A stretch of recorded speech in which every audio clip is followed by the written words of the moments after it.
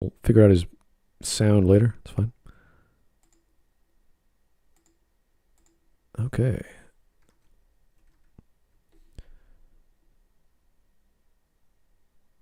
Alrighty. Good afternoon, YouTube. Welcome to Smudcast number 288. This is Invincible. Has some controversy. This is an animated show. It's fairly recent, I believe. I have not seen it. Yeah, So I've seen it. lots of people have been appreciating it and been talking about it. So it's bound to make some YouTubers headlines and channels to talk about. So hey, it's on our radar. People wanted to bring it up, and it beat all the other videos out there. So good stuff. Let's learn about this guy. This guy's name's Comic Drake. He has about 340,000 subs. This video that we're watching is almost 160,000 views, and it came out just last week. So great What's the stuff. ratio? Is it ratioed? No, it's 13,000 upvoted and almost 1.5 thousand downvoted. So obviously someone Wow. doesn't like what he has to say in some small regard. That's nothing special. It's not ratio per se, but I mean, it's not a great ratio. I mean, it's not like it doesn't look great, you know. I mean, normally if it's just people who agree with it, you know. Well, when you have that many followers and you're not saying anything crazy, and you're also a big fan of the thing that you're talking about, and he also mentioned it before, then you expect the people who have subbed to you will upvote you. So I think it's kind of like I how assume this has only been in-group voting because in this instance I've seen this one before. really, And it is it was it was on sloppy sloppy seconds. covered it, yeah. I think we did it for 8 hours or something. And oh boy, it's just pure bad takes, straw man, lying, pandering. Spoilers, Wisp. Yeah. What was I What do gonna you say? expect? Yeah, but it's kind of like how people like if you go into like a movie rating site, like 7 out of 10 is average, even though that makes no sense. Like it shouldn't be average, but people like they use 7 out of 10 as if it's average, so everything's all skewed towards 7 out of 10, kind of. Anyway, when I saw this the first time, I made a prediction relatively early on in the video, and I was very surprised that it was right. If we were more people, I would leave it to everyone else to figure out, but we'll see. okay. Well, honestly, the main prediction Yokai is, turns up. Yeah, the main prediction is, well, it's because she's black. Like that's No, what it is. no. That's not it. That's Because not she's black, people do that it. wasn't my prediction. That wasn't my prediction. But well, that also comes up, but of course. Yeah. But that wasn't the prediction I made. You when We'll he see, gets we'll to see, it, we'll you may get the idea. I see. Yeah. Okay, Certainly, so intrigued. this is a 12, almost a 13-minute video, so it will take us a while to get through. Hopefully, you guys will not spoil the crap out of the show for everyone. I'm sure it's a good thing Well, I to think watch. this is kind of a Ooh, that's spoiler relatively hard because This he's is going spoiler. through most of it. video, right? So I mean, Oh, yeah? Yeah. Yeah. he's probably going to spoilers. So Well, the show only has a couple episodes, so it's it episodes. if you don't want to be spoiled, then leave now and we do the Smudcast. Yay! All right. Whatever you feel like, that's totally fine. Oh, you guys did it on LitDev's video, LitDev's morning show. Fantastic. All right, great. So, Everybody already did it. This video is getting a lot of traction. wow, that was fast. It's Yeah. still such a good Honestly, positive even if you ratio. did- I am Even if it was saddened. spoiled. Bleh, why can't I speak today? Even if it was spoiled for you, I mean, I think you could still get enjoyment out of it just from the violence. The violence. Violence. Yeah. Okay, the animated, the graphic violence and explicit sex. All right, fantastic. Oh, it's done. The violence is done fairly well. Yeah. I think they can definitely go farther because it's animated, not just because of I'd say the Invincible cartoon is what the DC cartoons want to be right now, or pretend to be. Because the last Justice League cartoon movie things I've seen, pathetic, horrible, contrived, ham-fisted writing with horrible pacing, questionable, sometimes good animation, and doesn't know whether it wants to be gory or not, and whether it's for children or not, and it's just horrible. And Invincible is in that regard a mostly good cartoon. Yeah, I think the overall like main plot is good.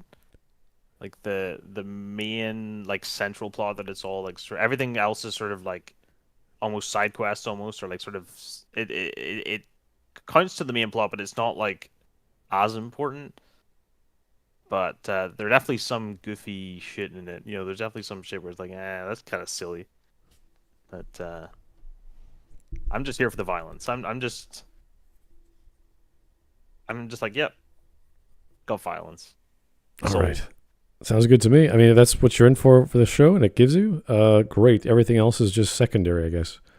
So. Oh, it's got good writing. It has good family moments. Oh, really? It has family values, even if they're fucked up a bit. Yeah, I haven't read all of the comics, so I've read a bit of it as well. So I know that there's definitely some things. I think I would even say there's some things that are better in the show. But Robert Kirkman is actually working like closely with the show as well. I have no knowledge of the comics. Bear spoiled me a little, but that's it. Okay, no problem. Because it was relevant to some other points in the video, but that's all. If we can properly, even I who don't know the comic or the show, I could probably discern, at least from a critic perspective, what he's trying to say. So I'm not too concerned about knowing the content material. It depends on when he says something biased, you guys will pick up on that and say, okay, that's too much. Okay. So I think that's what we're here for. I think we're good. I think we're ready to go. All right. This video contains spoilers for Invincible Season 1. If you haven't watched it yet, what's wrong with you? It's really good. For about the past 10 years, I've been hyping up this little indie comic called Invincible, because it's not just my favorite comic book of all time, it's straight up my favorite piece of fiction of all time. Oh, okay. I mean, there's nothing wrong with liking a comic book a lot, but to say it's the most favorite thing, that's incredible. Like, this thing has to be amazing. Okay, I guess. I can't even say that. Yeah, because in regards to favorites, I'm torn between Transmetropolitan and Lucifer. See, I can understand why you'd like Transmetropolitan, and I can understand why you'd like Lucifer, because I've read those, and but I wouldn't say they're my favorites. They're really good. Yeah, but I really enjoyed them. The number of US comics I've read is also very limited. Yeah, I know. So maybe this is the only comic he's ever read. So who knows? Yeah, I can't think of any what US comics I would really say for a favorite. And even then, it's US comic brand names, but with like British authors. So, like Neil Gaiman, Alan Moore, like all these other guys. So they're proto-American comics. They get the talent and they have the money. And it's like, can you make a comic book for us using DC label? It's like, yes, okay. So they're not completely stupid, but all our writers are shit. Can you please help us, silent people? Please write good. We bad. We want money. We give you our money. We make pictures. Yeah, we draw the fun.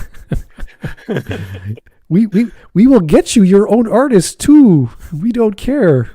We give you all the money. Yeah. So that was pretty much Gaiman. He had full creative control. He hired his own artists. He hired his own inkers, colorists, as well as the cover artists. So he did it all himself.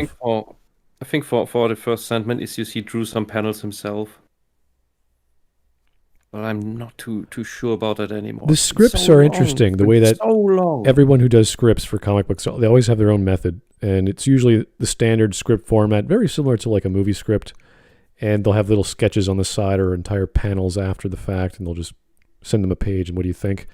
But sometimes the artist does that too. It really depends on how integrated the artist is with the work. So a lot of these British fellows love to put in lots of narration and dialogue, and their ideas of, let's say, a shot or a cell is not as good. So an artist will then take those ideas and say, well, I can just draw that. You don't have to narrate that. I can just draw it. They go, oh, great. So it depends on, once they learn how to properly script write for an artist and how it comes out. Anyway, I can't say to myself that, stuff like Mike Carey's Lucifer, as awesome as it was, I love it. I wouldn't say it's the best piece of fiction I've ever read. It has issues. It has a lot of problems, and not just issues, but issues. Oh god, yeah. There's pacing issues. There's all kinds of, like, here's a subplot that goes nowhere, and we'll forget about it. I hated the first chapter of Lucifer. I hated it. I had to fall to get through it. Oh really? Everything about that is wrong. Absolutely fucking everything. The Native American mythology and all that. Quest. Oh no. The first chapter of Lucifer is a prologue that plays in Hamburg, Germany. Oh. And it's drawn like New York. I see what you're saying. Okay. The boardwalk, the sidewalk is drawn like New York. Even the marking on the street is this long yellow line. We have no long yellow lines in Germany. And the skyline looks like looks more like Gotham City than Hamburg. And then you have the most stereotypical, I don't know, 60s, 70s style neo-Nazis there beating up some gay guy in an alley, and it's just, what the fuck am I reading? Wow. This looks so horrible, and everything is wrong. And it says Hamburg, Germany. Like, what? Why? This is New York. Yeah, it just sort of puts the title of wherever the place is. And it's sort of, that meme where it's like the same, it's like a field, and then it's a field, Japan. Like, it's like that. Yeah, but that's okay, but that's at least just a field. But if you do a town and a city, then at least this was done in, I don't know, I think 2001 when Lucifer started. It was a time when you had access to libraries, the internet, all of that stuff. You could have just pulled up a picture from Hamburg and looked, how does the city look? How do the streets look? And gone with that. Nope, just draw New York. I think that's the advantage of having like a fictional place like Gotham, where you can just go, well, it's just Gotham. Nobody can say that's not what Gotham City that really exists looked like. And it's like, isn't Gotham a caricature of New York? Yeah, pretty much. Yeah, kind of. Yeah. Now it's a lot different. New York is very different than it was in the 50s and 60s. So, we have higher crime rate in Toronto than we do than there's in New York. So I'm sure. Oh, it's higher crime rate in London than in New York. Well, different styles of crime. Yes, we're talking about assault with a gun. So there's lots of homicides and what have you. So it's not as in London. They're more stabby. Yeah, they like the knives. Those techniques more. Because they don't have guns. Yeah. If you take away the guns, people just take knives. And when you take away the knives, they use forks. And when you take away the forks, they use spoons. And my God, have you ever had a spoon in a boarding school? The one I was in for a year, we couldn't. The knives were so dull, we couldn't cut the breakfast buns with them. We used the spoons. I'm not kidding. The spoons were sharper than the knife, so we used the spoons to slice the wheat buns for breakfast. You call that a knife? This is a spoon. And you should be terrified of German spoons in boarding schools. Oh boy. But yeah, I do think though that the actual homicide rate would be a lot higher today if it weren't for like medical advances, because I think a lot of like assaults that aren't fatal now would have been fatal like even like 100 years ago. The medical technology, a lot of the whoever cleaned up the streets like 10 years ago, beautified the downtown, some of the suburbs, I don't know all of them, but some of them, the boroughs in New York. So it really depends on where you're going. I'm sure it's different everywhere. But the fact that there's more crime, and obviously Toronto has its own growth pains and getting immigrants and getting smaller and smaller real estate options because it's so expensive in the city. Everyone's like moving out of the city. So I don't know. I haven't really been paying attention to real estate and who's going where, but it's getting weird. And it's just the problems of growth. And of course, the crime rate dropped because of last year, but that's a whole other story. Who knows what it's like now? I haven't paid attention, but yeah, times have changed. Anyway, let's keep on going with this guy's favorite story of all time. And here's Mike Testa. All right, think Smud, think. Why would I talk so incoherently? You either are trying to piss me off, or that was actually brilliant. That was brilliant. This is how he normally writes. So this is brilliant. This he just did a meme and it's great. Well, it's great. I like it. Here's the second one. Mike Test again, and they start using chairs, then they use dishes. What the? This is a what? That's a meme? What? What? I have no idea. Thanks, Mike. I think this is the first time I've laughed all week. Thank you. Absolute mad lad. Mike, what have you done? I don't know what the hell you're talking about. But So anyway. All right, let's go. I mean, a few years back when I had that really cringy green hair, I made a... What? Yeah, that was cringy. Yeah. I just wanted to say, watch his mug. The mug in his hand? The mug, yes. All right. Keep trace of it, and also keep trace of his face. Let's say when we're about half done, I'll say what I mean with that. Okay, I'm just looking at that picture in a picture there. He's got the Infinity Gauntlet. He's got Captain Vegeta Funko Pop.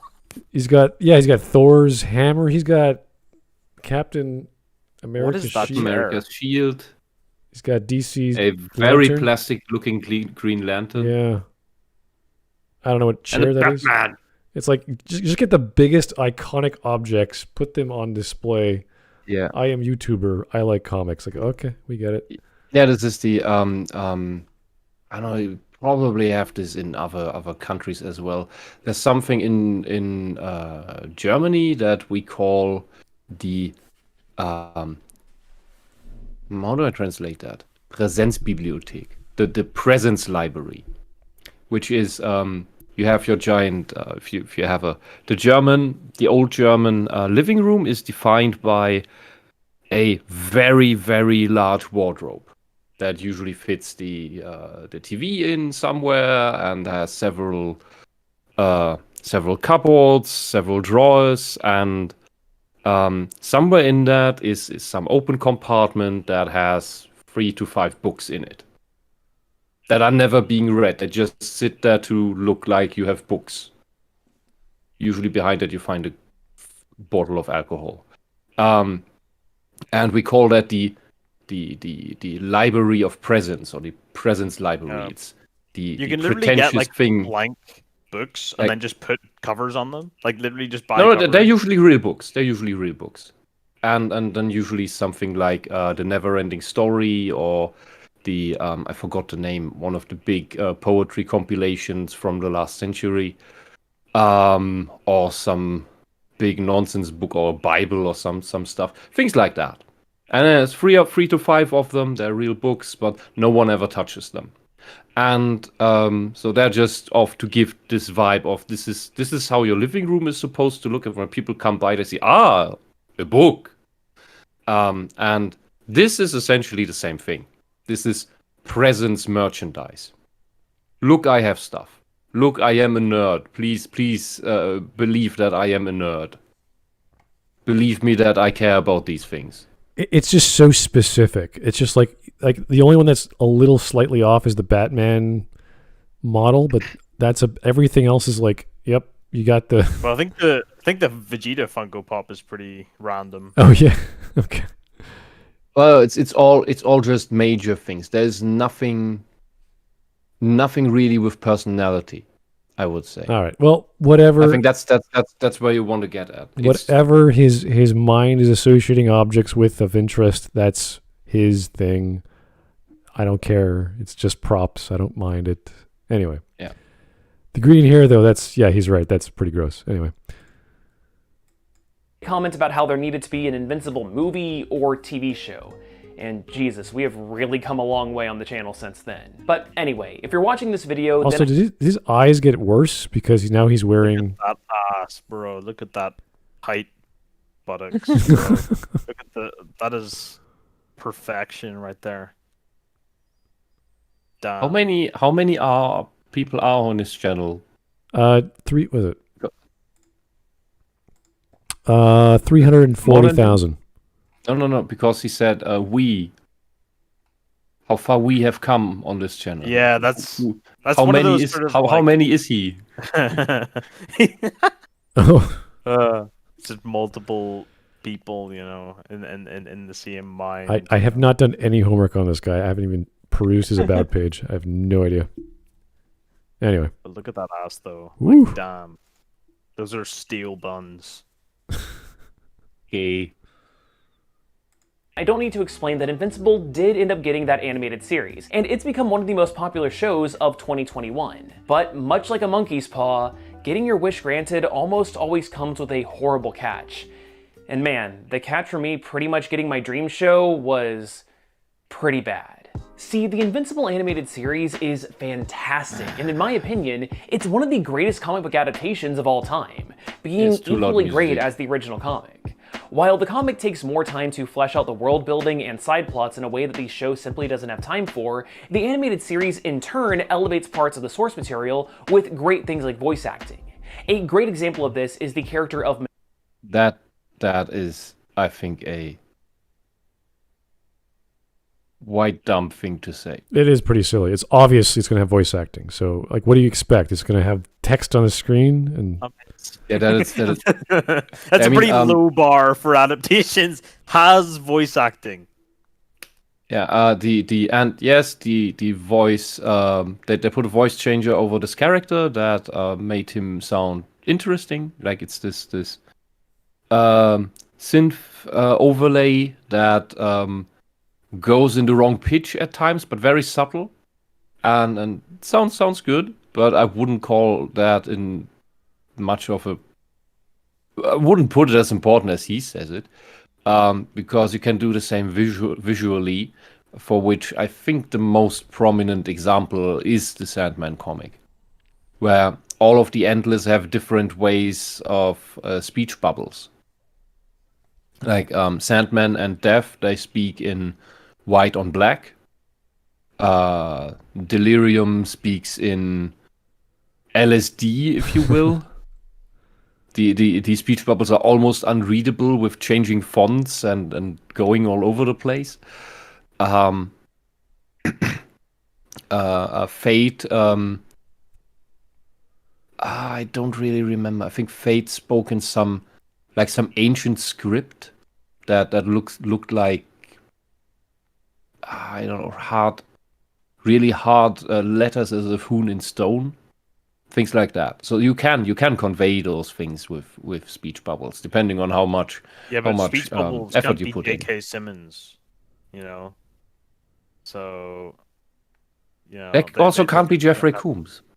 this is true. So the idea of putting a adaptation from a book to a different medium, you can just list the elements of what that medium is. Just saying it has voice acting is like, yeah, I would hope so.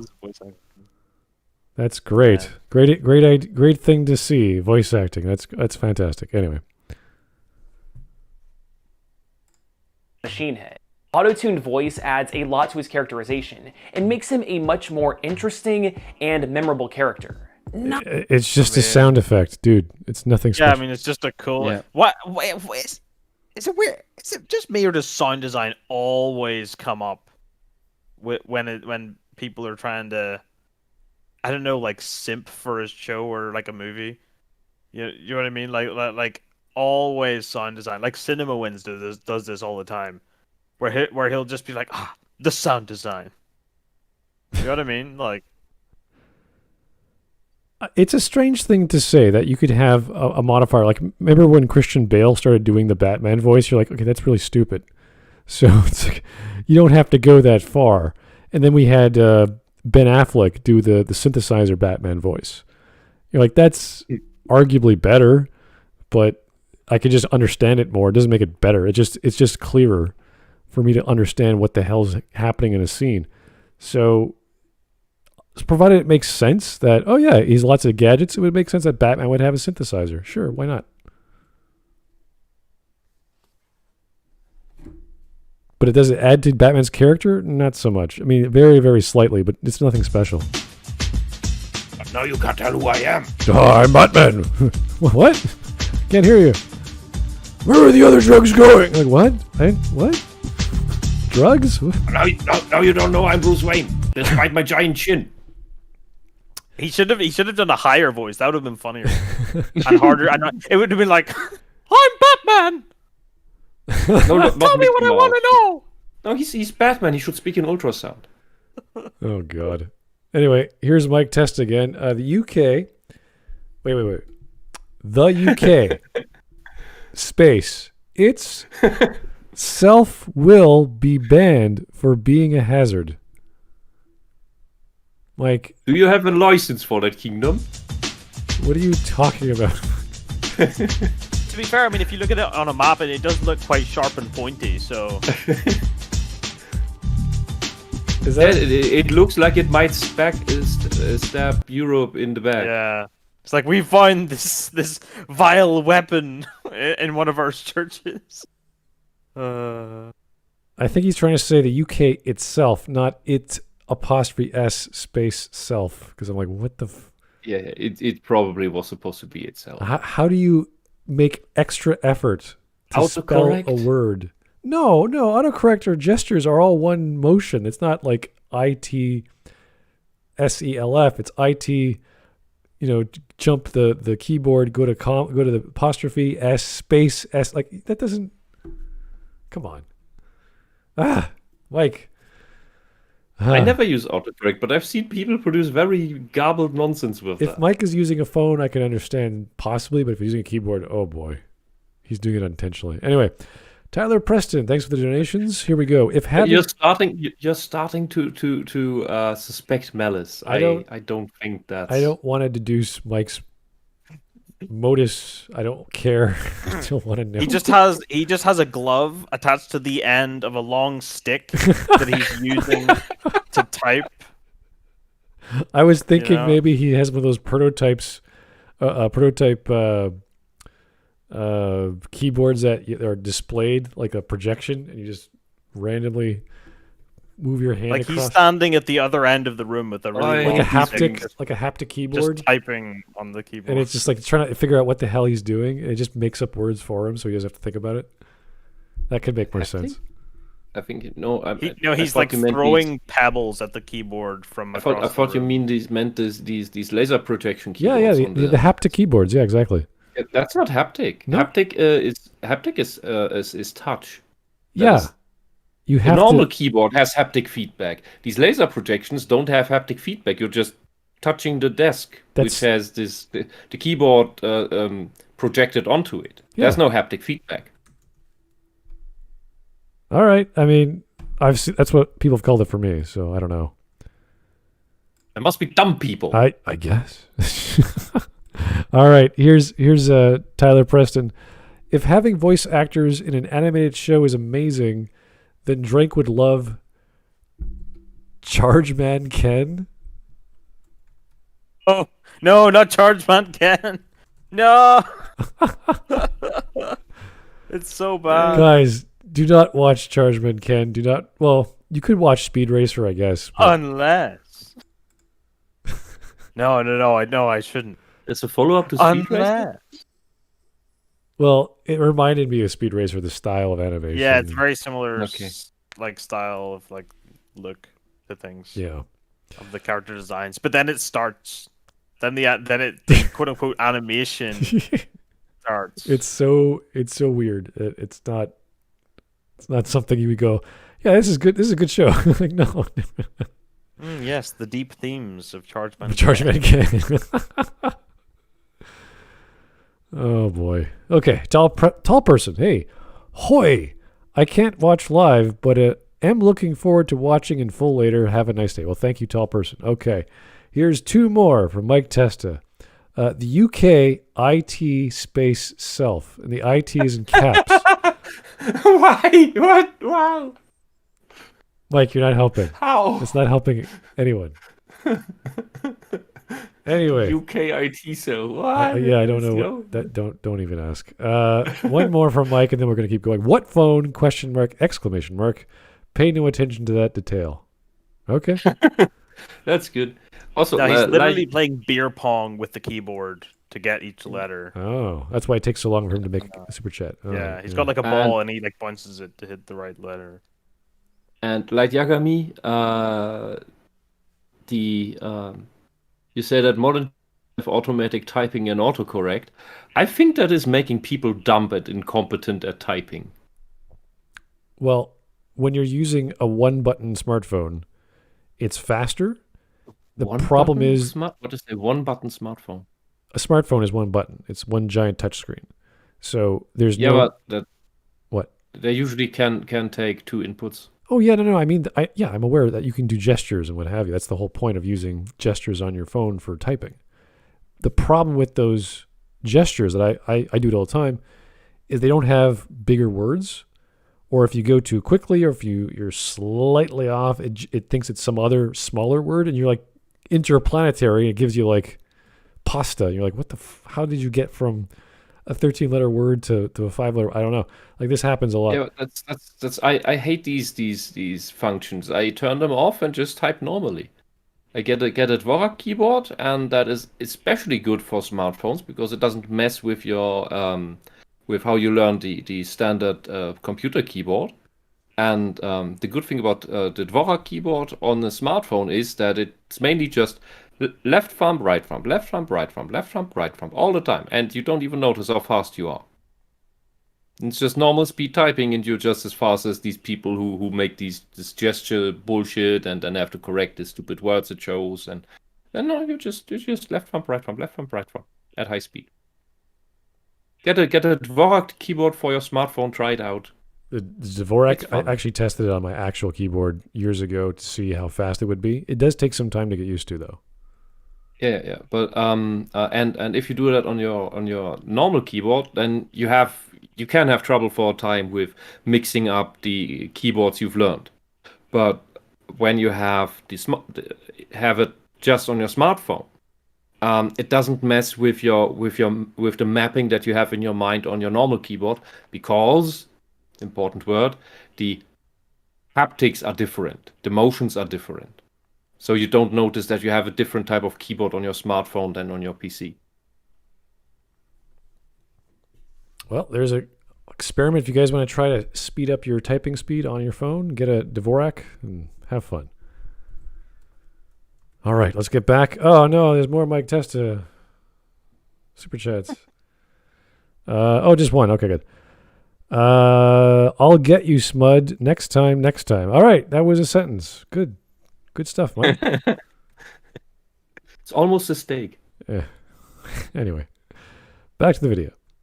Not to mention that the Invincible comic is very, very 2003 at times. And with the hindsight of knowing what works and What does that mean? It means that 2003 was a scary, bigoted, evil, racist, sexist, homophobic time. It wasn't woke enough? Yeah, 2003. I could not tell like you. it's so 2003. Like 2003 is this like, like Alright, it's like that was 1100s. Like it's like, oh my god, the Alright, horrible 2003. time, That we still had effects from the 90s Fuck where me. we didn't judge people by the color of their skin but their character instead. Oh, we were so racist, judging people by their character and not their skin color. Oh my god. What horrible, bigoted times. Oh, fucking god. This is fucking insane to me. Like saying like the 2003, I like and referring to it like with this sort of like, oh my god, 2003. Oh, we don't do that anymore. Like, Oh my yeah, God. oh yeah. We didn't have transgenders Christ. yet, only real trannies, and Jesus the Christ. transgenders instead were emos that were cutting on their arms around without knowing what As they were God doing. intended. Better times, better The days. traditional emoji. Yeah. Well, just to bring it into perspective, the Mike Carey Lucifer comic came out in 2001. So, The traditional method of courting, where you would be like, yo, here's my MySpace. oh yeah, You know, the traditional way. You know. I just noticed his background. I'm confused because there is almost everything seems to be U.S. comic symbols, comic hero symbols. Well, there's And Full then- Metal Alchemist there, and then Exactly, there's, exactly, Al and from that Death sticks Note. out to me. And that is why is there the Full Metal Alchemist homunculi tattoo in the middle of that? There's that, and then there's the L from Death Note. Yeah, I didn't know where to put that because I I didn't think read those it. are Just- the only just take anime random things I iconography see. from pop culture and stick it in your background. Yeah, I'm not sure if I know most of these. Well, I know that there's like Spider-Man, Teenage Mutant Ninja Turtles, Yeah. Green There's Lantern, Daredevil, there's Dr. Manhattan, Daredevil, Spooderman, another Spooderman, When you say spooder, you mean spider. Right? Turtles, Yeah. Spooderman. I guess I have a nice giant spider in front of my window right now. A nice giant spider. Okay. Yes, it's catching all the little annoying mosquitoes. All right. So I can open my window without being annoyed by mosquitoes. It's very nice to have a spider friend in front of your window. All right. Okay. Let's keep going. And there's one more Mike Testa. I had no problem with Debbie. This man lies poorly. True, that's where we're getting at. Oh, hang on. Mike Testa can read the future. Okay. Whoa. Let's Whoa. go. Doesn't work, the series creator Robert Kirkman evolving as a writer, and there being more staff involved with the show, the animated series was able to tighten up its storytelling in a lot of ways that makes the overall flow work really, really well. One of the best changes from the comic, though, was the character of Mark's mom, Debbie, becoming a much better character. You see, Season 1 covers roughly the first 13 issues of the comic, with some stuff from later issues kind of sprinkled in there for good measure. I mean, she's While the definitely plot twist of different. Omni-Man killing the Guardians of the Globe happened in episode 1, it happened in the comics at the end of issue 7. So while the animated series has this element of everyone trying to uncover what happened to the Guardians looming over the viewer's head for the entire season, the comic goes from the reveal to the fight between Nolan and Mark in a matter of 4 issues. And also, you know that whole plot about Damien Darkblood trying to get to the bottom of things? Yeah, that was 2 pages total and barely even a thing. Debbie being suspicious of her husband's involvement in the slaughter, completely new content. The Hellboy detective guy was a really cool character though, and nice details around how they worked him up. When you notice, because it's very subtle, it's one of these things that they're not explicitly telling. There's no active exposition, no verbal exposition. But with little details, you notice every time that wherever he is, it's cold. It gets colder, and some characters then you can see the breath of them, and that's like nice little touches. Just wanted to say there's a little word of Yeah. appreciation there. So, I mean, he says the character Debbie is better in the show. I mean, it's definitely different. I'm not like against it. I think it's like it's cool in the show, but I think it's just different. Like I think because in the show, like she's a bit more proactive and she's a bit more like she's able to handle it a bit more. But in the comic, she just falls apart basically. She just goes into full depression mode. And she basically she just crying constantly, and it's just like, oh my god, I can't believe this. This is so awful. Which is completely understandable. Which is yeah, exactly. That's my problem with people bigging up this change and going, isn't this so much better? A proactive and interesting female character. But the thing is, like, if you like, I've known a lot more people like the one in the comic who just fall apart. Yeah. you If you know? want to be realistic about this, then as you say, if she in the comic just falls apart, that is the more realistic reaction to this for Yeah, I mean, most people, because it's the general. I've known this person for 20 years, and suddenly it turns out this isn't a real person. This is a mask. like I find that really. And the real person is believable. an absolute monster. And this is usually where some form of complex grief sets in, because no real person died, but the person you knew for 20 years died. And this is worse than someone actually dying for the person going through this, because when a real beloved person dies, then that person is gone, and a good memory, at least, that you keep. Yeah, they're not tainted. Yeah. But when it turns out that the good person you knew for so long and trusted is not just gone, but replaced by a monster, that good person is... But a controlled monster. No. With a cool mustache. Doesn't matter. He's still got a cool mustache, though. You can't deny that. But when that happens, it's just everything breaks apart completely, and that is something almost irrecoverable for most people. So it would make sense that if Debbie just completely fell apart. Here's Mike again.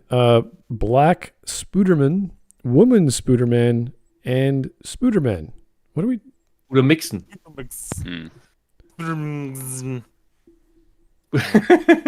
I can't make that sound. It's very accurate, I believe. I guess if he was, I think this type of speech is supposed to train us for the aliens that are going to take over. Maybe if he was like, if Mike was like Polish, it would be like Spioder or Spioderman. I don't know. Some other way of pronouncing the word. Yes. Yes. Spioderman.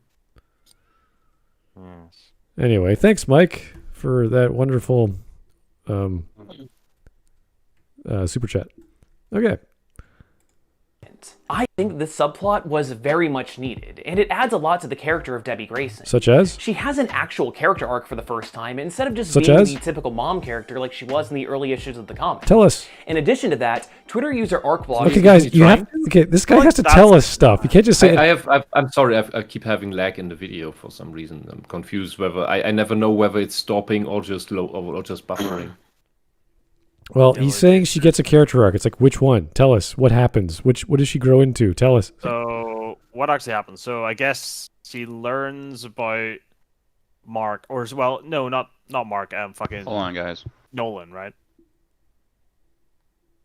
Yeah, she is suspicious of him, and then she eventually works it out for sure, and like confirms that it happened. And she basically learns that she can't always rely on people. I'm not really sure what it is that is like her big like what you would say like her big lesson that she learns. You know, if in terms of a character arc, like what is the thing where at the start of it she believes one thing and then at the end she believes a different thing. Like with her, it's more like she figures it out and that he's a horrible monster, but it's more like the level of her reaction is more that of, oh, you cheated on me, I don't know who you are anymore. Yeah. Instead of realizing this is a genocidal monster that is here to take over the fucking world and will kill everyone if no one complies. Yeah, like, it takes till the that's a bit of a different level.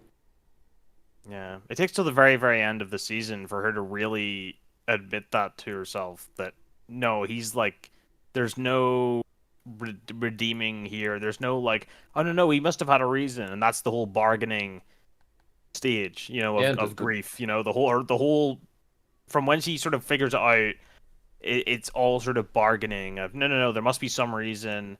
It can't just be that he's, you know, really just going to like take over the world and stuff. And that on top of that is that she has to cope with the fact that and he never saw me as an equal. He saw me as a pet. Yeah, that part. And an amoeba, like a lesser life form. And that all on top. And she's not crushed by that. I mean, yeah, she's a bit depressed about it and tense, but that's it. It's almost like she's considering the level of world breaking that she witnesses.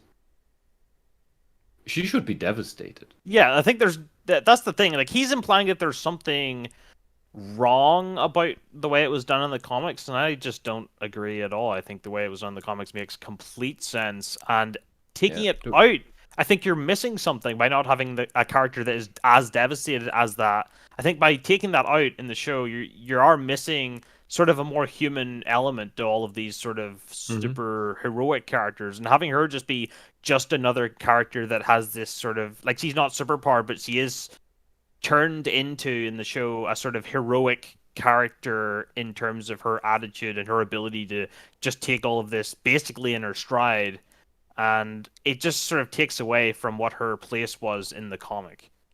You know, there's now no character who you're like a relatable character that is just suffering and is just like you don't want to see them suffer, but they're also powerless in the situation.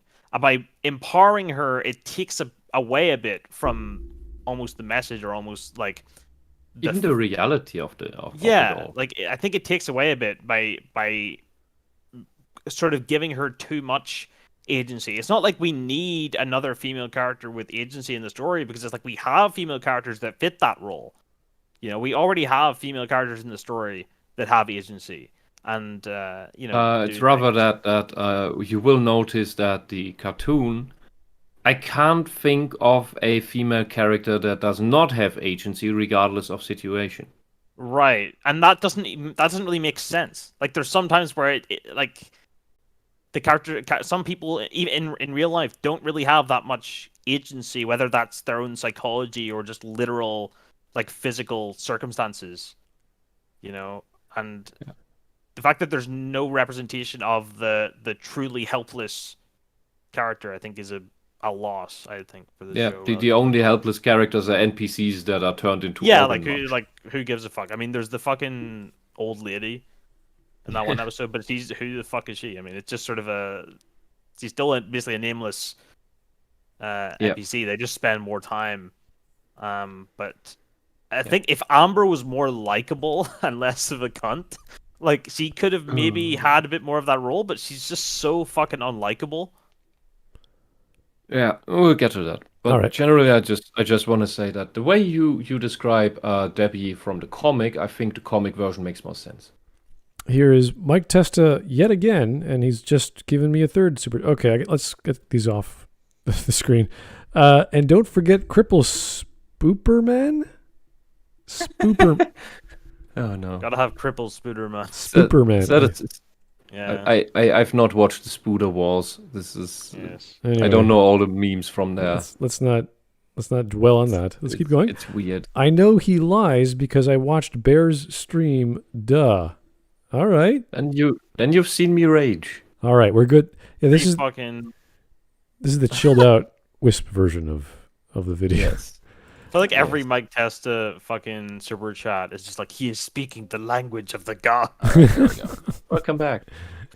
Yeah, this is the chill Wisp. Someone has definitely I've influenced myself today. Mike's style of communication. I don't know what or who or what material. Could be drugs. It could be divine help. We don't know. It's just all magic to us. Anyway, they changed Shrinking Ray into a lady. Oh, I didn't know that. They changed Shrinking Ray, a character? Yeah, that's a character, a hero that can shrink herself. Okay. That makes more sense. All right, let's go. Said it best. Debbie has an absolutely normal arc in relation to the trauma she suffered, and people hated her for it. Yeah, here's the thing. What are you Remember on how I about? mentioned that monkey's paw from What? earlier? What are you on about? wait, I need to see that. I need to see that thing. What? Again. Give me that. Give me that. They're saying Where her is it? the That- arc in the show was a Related to the absolutely trauma she normal arc. suffered. People hated her for. Are they talking about the show? I think this is about. I think this is about show? exactly just what we talked about. The way because this is badly written. This is a badly written sentence. I think this is relating to what we talked about, that she had suffered trauma through the whole thing with her husband, but had with normal arc, it means that she wasn't really crushed by it. I think that's what this is supposed to mean, and that there was critique for it because that But again, that whole thing was missing. where? I don't know. I mean- think he's making it up because I do not know of wide backlash, critique, hate towards Debbie. also, he Because in the chose show, the comment- she is still fine. It is still watchable. It Yeah. still doesn't break the show. Yeah, but it's interesting how he has the comment of someone saying that there are comments of people hating her, but not the comments of people hating her for it. Do you know what I mean? Like he has a comment of someone. All right, It's like third hand knowledge of some You're right. people hated Debbie for it. But it's You're like, right, why it's is he still going the- this weird backwards like way of saying Yeah. that people hated her for it? Yeah, you're right. You're right. It's he's not presenting evidence of his assertion. He is presenting someone else making Someone the same else assertion making as the same evidence for What his kind of assertion. It's- backwards, like roundabout way of backing up a claim. It's like, here is the content of my mystery box. It's another mystery box. Yeah. Why? What a bizarre. I didn't notice that the first time. Strange. Yeah, but I think he's just making straight up making a lie. What is that, the point of people had problems bringing- with Debbie in the show. That is the that is point of not bringing the this case. post up if it's just another person making the same assertion he's making? Like literally, Yeah. this adds nothing. Yeah, and this Debbie thing that he's building up is what I meant. This is where I based my prediction on the Sloppy Second stream. And if you can figure out why he's building this up, this is a lie. This is a complete lie. I believe this is a complete lie because nothing he says makes sense about the Debbie thing. And then he just brushes it off and So now brings it back later when he makes the point that I predicted he would make. So you figure it out yourself what he's gonna do. The trauma and people hated her for it. Yeah, here's the thing. Remember how I mentioned that monkey's paw from earlier? Well, the issue is that when pretty much anything gets popular, it brings in a lot of really terrible new fans. And look, I'm not trying to be here to tell people how to enjoy stuff, and I'm also not trying to gatekeep and say that these people aren't Well, real I am, fans. and you're But enjoying I it can't wrong. deny that it really does suck. They are probably real fans Wait a second. because they care about the original stuff. Couldn't we say that a critic is teaching you how to enjoy stuff? Like, not all critics do that, but they could say, hey, look at this color, look at this character, look at this scene. This is how you can appreciate it, because people use different lenses. And you say, this lens allows you to appreciate this scene like that. And you're like, yeah, you're right. I can see things that I didn't see before. Yeah, a critic isn't just telling you what's wrong with a thing. Through that, a critic is also telling you how it would be better, how it would be right. Right. So you And could argue also how to make things. that is part of the job of a critic, is to say, even if you don't like Debbie or whatever, if you look at her like this, she's likable or attractive. And all he has to do is show us Debbie and why that's a good thing or a good scene or a good, I don't know, dialogue, whatever the thing he likes. Like, all he has to do is present that to us. We go, okay, we can understand where you're coming from. But he just says, oh, the fans, they just suck. And you're like, wait, why? Because it's popular? No. Those are called people reacting to things they don't like. They have reasons. What are your reasons why it's good? Tell us why. Oh, there's more Mike. Sorry, there's more Mike Testa. I talk better when I'm not super chatting somewhat. Wait, does that mean you talk better Yes. somewhat when you're not super chatting, or Yes. Yeah. Yes, that's what he means. Yes. or The super chats have a He's restrictive better. character He's better limit. doing in verbal. oh, okay, because all right. I know that from I have a couple dyslexic friends. It's sometimes hard to make out what's on the screen. Well, Well, it's not just they that. talk Like, fine. When, They like, talk when fine. I super chat, I'll sometimes get hindered a bit by the character limit. Sure, no problem. I understand that. Yeah, and one of them, by the way, this is an interesting thing about dyslexic people.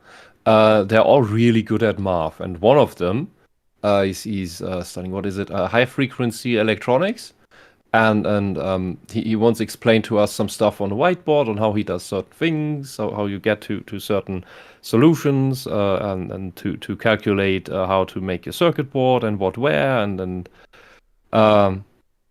it was just it wasn't there were a lot of brainy types there, but he was just going about the whiteboard and then you make a Fourier transformation here and then there and then this and then what you just made it in your head? Yeah, of course, yeah. You just went over it like talking about the weather. I don't do Fourier transformations in my head. That's what I have tech for. But he says, oh, yeah, I make a Fourier transformation. He draws a quaternion in his head and starts changing all the axes. It's fine. Let's transform the z-axis. I okay. still think Yeah, but when he I find types that in easy chat, to it's but when he types stuff in chat, it's sometimes indecipherable. Okay. Yeah. I find that What easier to the- believe than like the people with aphantasia. I don't fucking get it. Like people are like if you're like, can you imagine an apple in your mind and rotate it? And they're like, no. And you're just like, what? I don't like people who can't visualize stuff in their mind. I'm just like, I don't understand. This is That oh just I baffles okay I'm not gonna derail this because I can talk about that for hours of that you can do so amazing That's things. You just- can learn some of these things Yeah, and there's that's some just crazy some to me things because train like with. when I'm reading a book, it's it's like as vivid as like a memory. You know what I mean? Like it's like remembering a something almost like when Yeah, but you can start with simple not things vivid, like no. it's said that the human mind cannot comprehend what a million is, and now you can imagine a Yeah. million dots if you know how to build it up right and hold them all Yeah. in your mind at the same time. That is possible, and it's quite fun, and it is. I find it relaxing. I But actually, I'm weird. I think it's amazing that you can do that with your brain. Anyone, like the idea that it's like the human organism is like activating these neurons. It's almost Yeah. like working out a muscle in your brain where Yeah. you could imagine an object, rotate the object, place that object within a setting, or even imagine an object within the setting you're currently occupying in the real world. I can only imagine how many parts of your brain it Yeah. takes to do that. Yeah. I give you one example because I mentioned the PTSD thing a couple times, and for most people, they get some distraction techniques taught, like very very simple stuff that doesn't work at all with me. I had to develop my own stuff, and when I tell the current therapist is fun. The ones before they couldn't even comprehend what I was talking about. Because one of the things I do to really try to distract my brain from going haywire, and that only works long before it goes too deep into it, and then I can't pull it out. Is solving Rubik's cubes in my head, like turning it around and imagining it the right way, what has to be where, and that doesn't mean I can solve the bloody thing, but it really helps to focus all mental energy onto that, and that's quite fun because that's a soft. Yeah. That's not a hard overload that knocks you out. That's a soft wearing out the brain until it's too weak to do anything. I've tried I've tried imagining 4-dimensional objects, which is not something the human mind is made for. You can't really do that, but you can try, and that will wear you out very, very, very fast. So that's something. And the million dots thing is a rather simple one that doesn't take up too much energy. Okay, But that's yeah, A more it's fun. simple You one can is do just- fun stuff with your mind That's- if you train at it. that's cool. But we Let's gotta continue. get back on topic. Oh boy, one more from Mike Testa. No, sorry, it's the same one. Thank goodness. All right, keep going.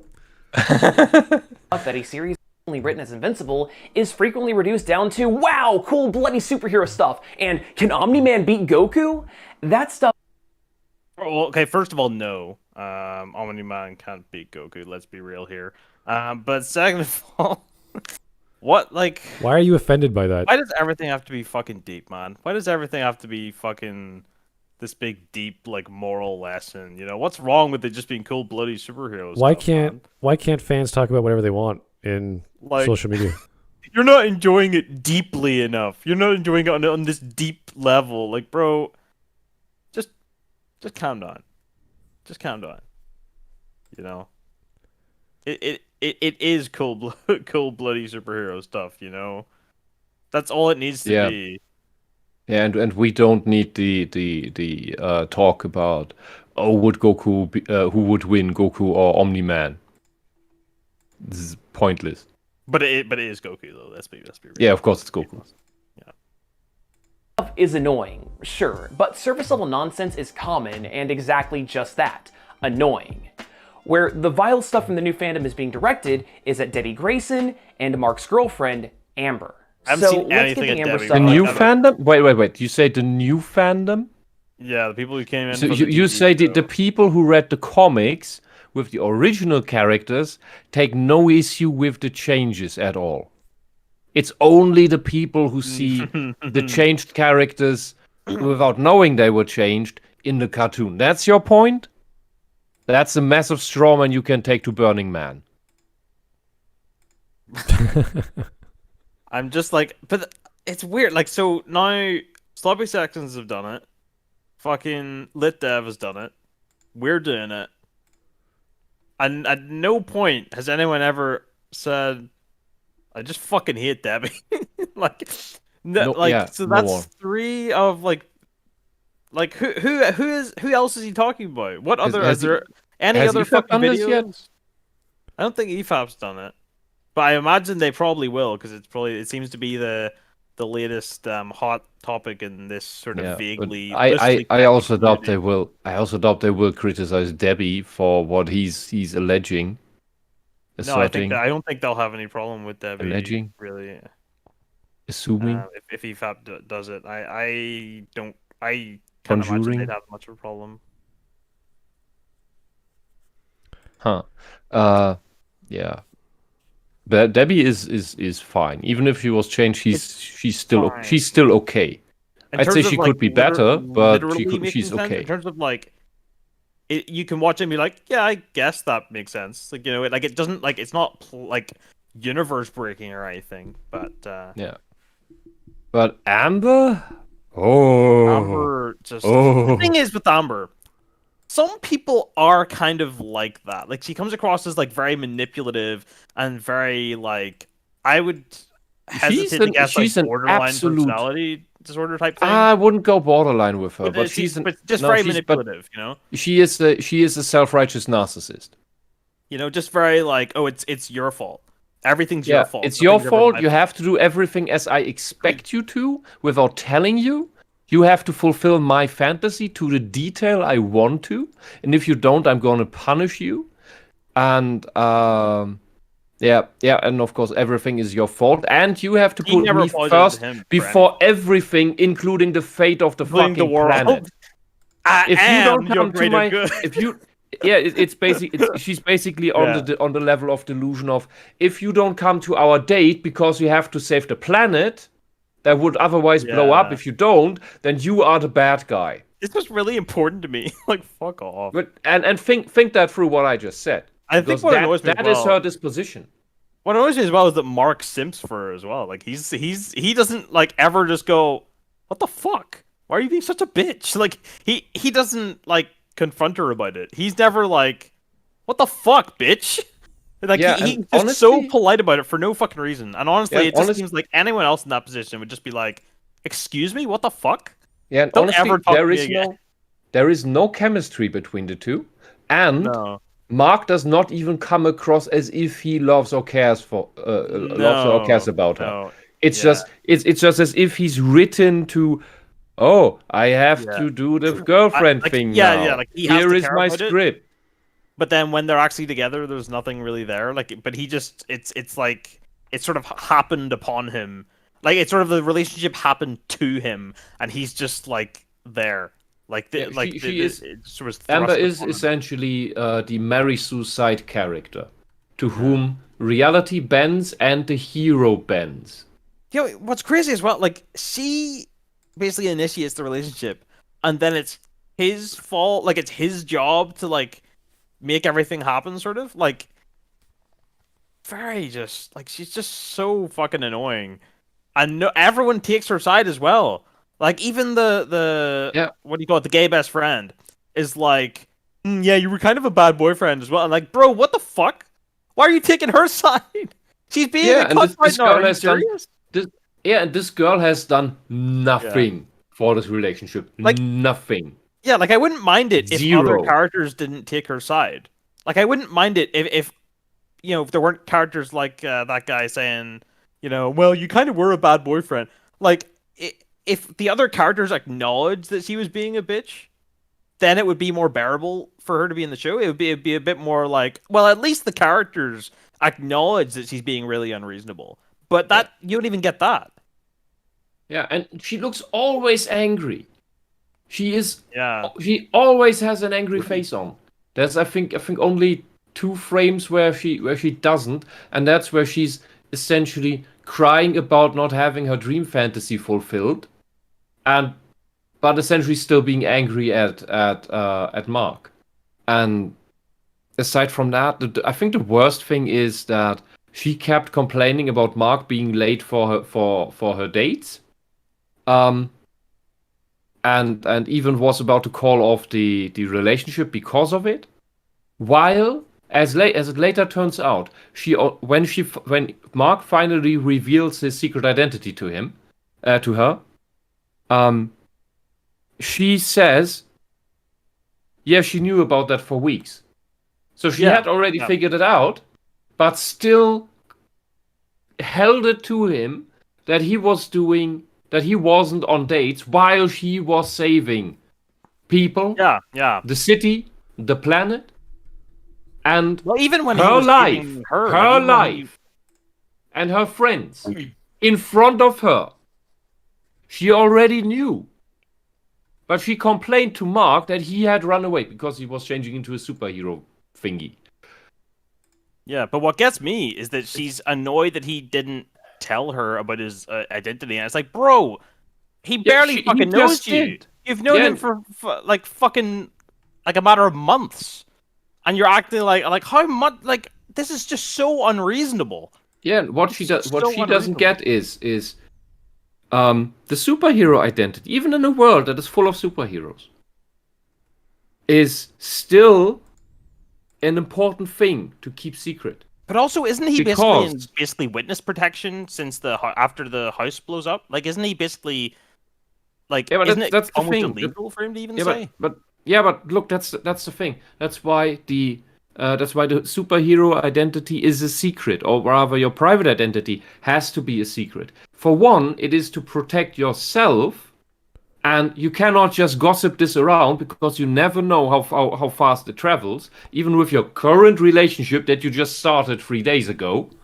especially that one with a nasty bitch, mind you, that is likely to go on revenge plots against you if you mess up with her too much, and then just tells everyone who you are.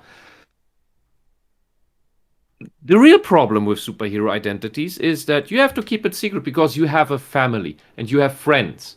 And because villains have a hard time getting to the superhero directly, they tend to go to the vulnerable parts of a superhero, which is family and friends. You abduct them and torture them and well, blackmail the superhero about, I'm going to kill your mother if you do not do what I want, hero man. And that's why you do not tell anyone who you fucking are. Ever. And this allegedly so intelligent girl, who is a raging feminist, which the show acknowledges several times, because she likes the college they visit because of its great social justice courses. Oh yeah. Actual line from the show. And she's a fourth-way feminist and everything. It's all said. It's all directly said. And Mark gets book recommendations to have on his desk for her to see, which are radical racist race theory feminists. So this girl is a race supremacist communist lunatic who is always angry and lays every problem at his feet for not appeasing her to her fantasies that she expects him to mind read, although that's not one of his superpowers, and like Elliot Reed from Scrubs, who where the show admits at some point, where Elliot admits at some point that she's crazy and has this thing going on in her head that she has these fantasies, like she has her wedding planned out since she was 12, and it has to go exactly as, which is why she reserves the same day every year in a chapel, just in case that she might find the guy to marry, so that on the day she planned, she can have the church, which is annoying the priest in that church a lot. And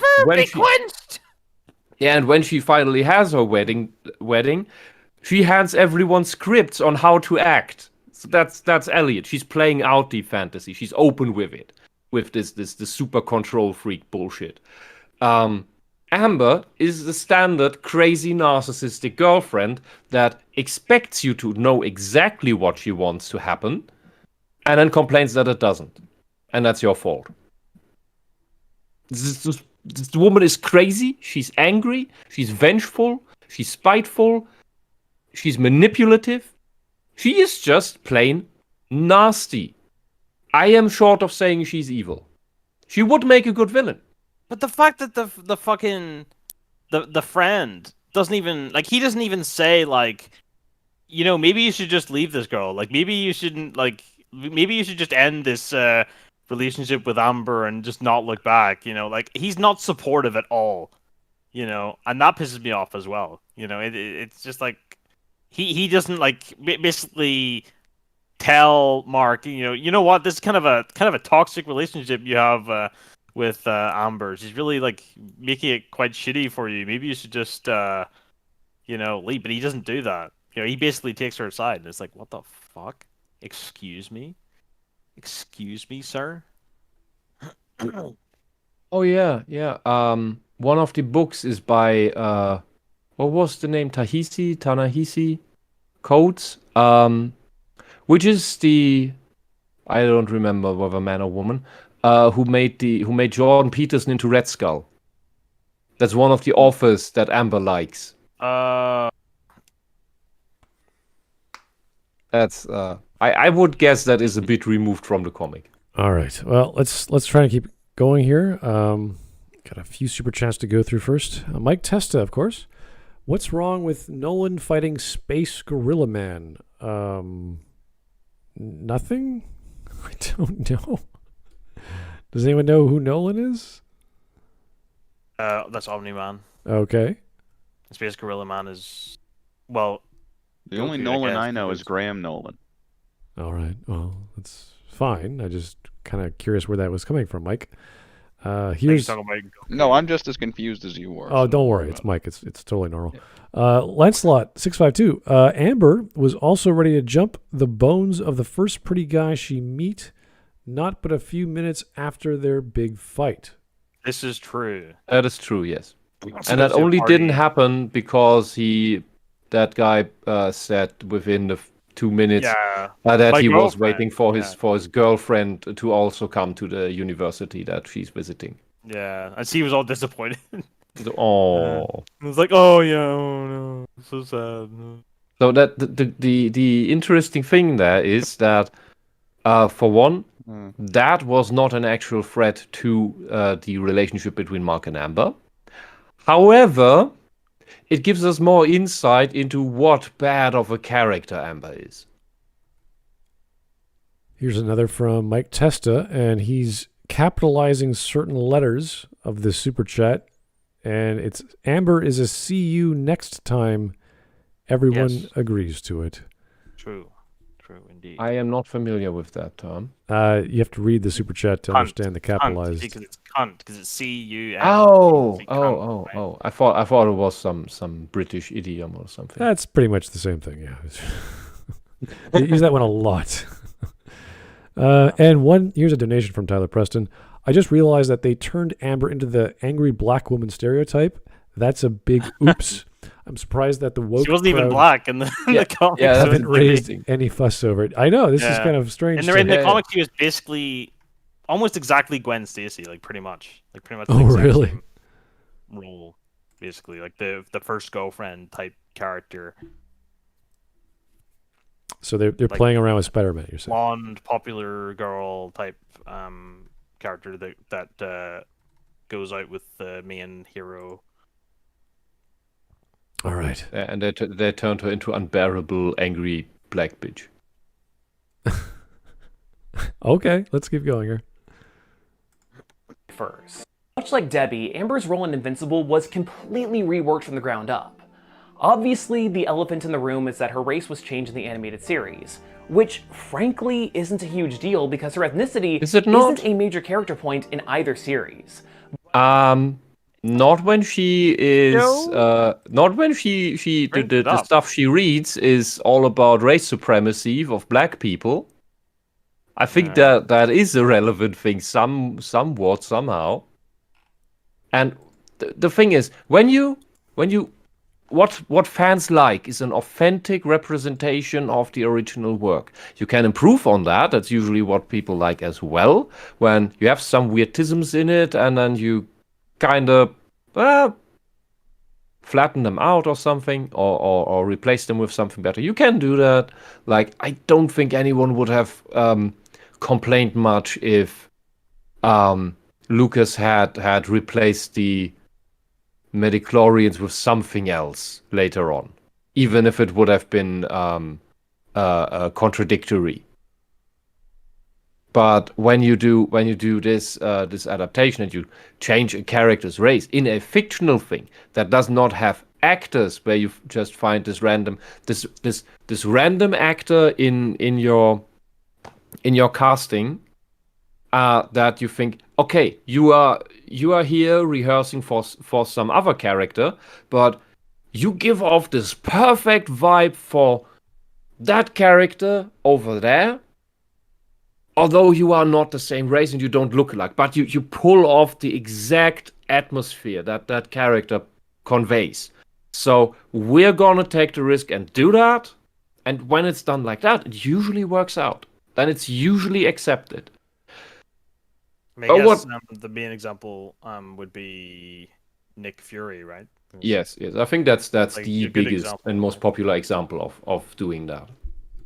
Where pretty much, I mean, I think there were some people who kicked up a bit of a fuss about that, but I think mostly it was pretty minimal. It was pretty much like, Yeah.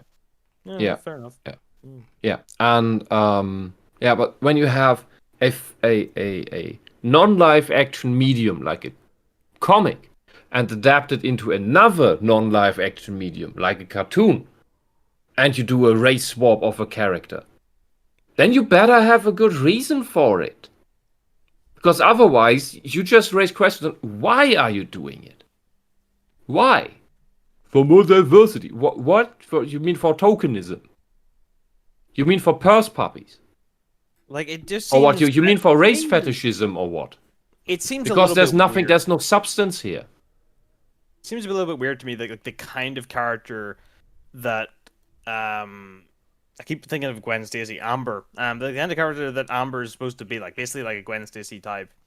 But basically the sort of I mean, even just seeing in this like screenshot, like the whole image of that sort of popular girl and the whole look of like basically the blonde like cheerleader popular girl type. I think making it an edgy black feminist with all of this like all of this critical theory stuff and this all these like books of this like sociology type, I don't know, like all of this shit.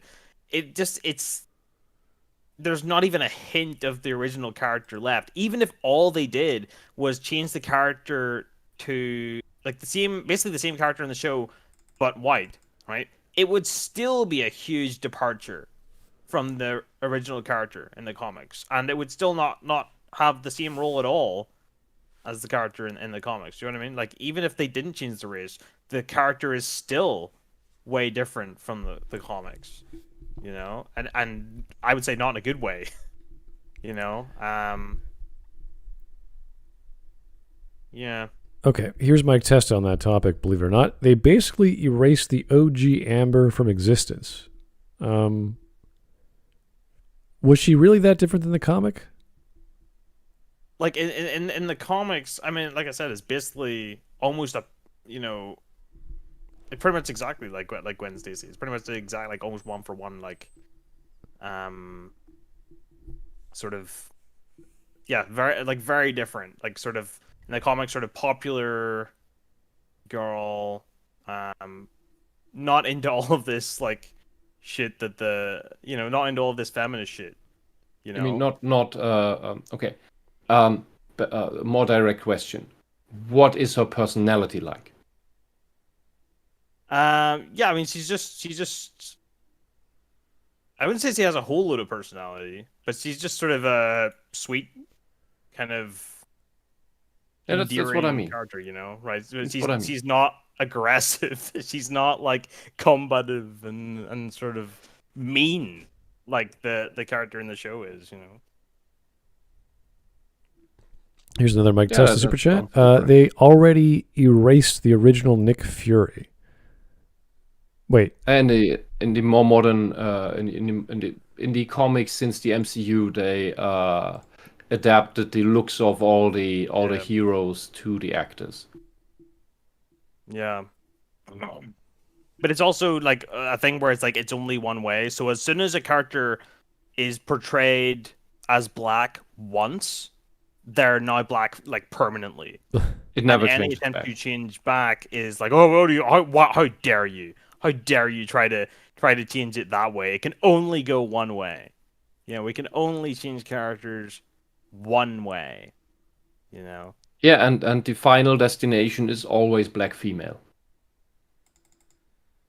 Yeah. They go about it in different.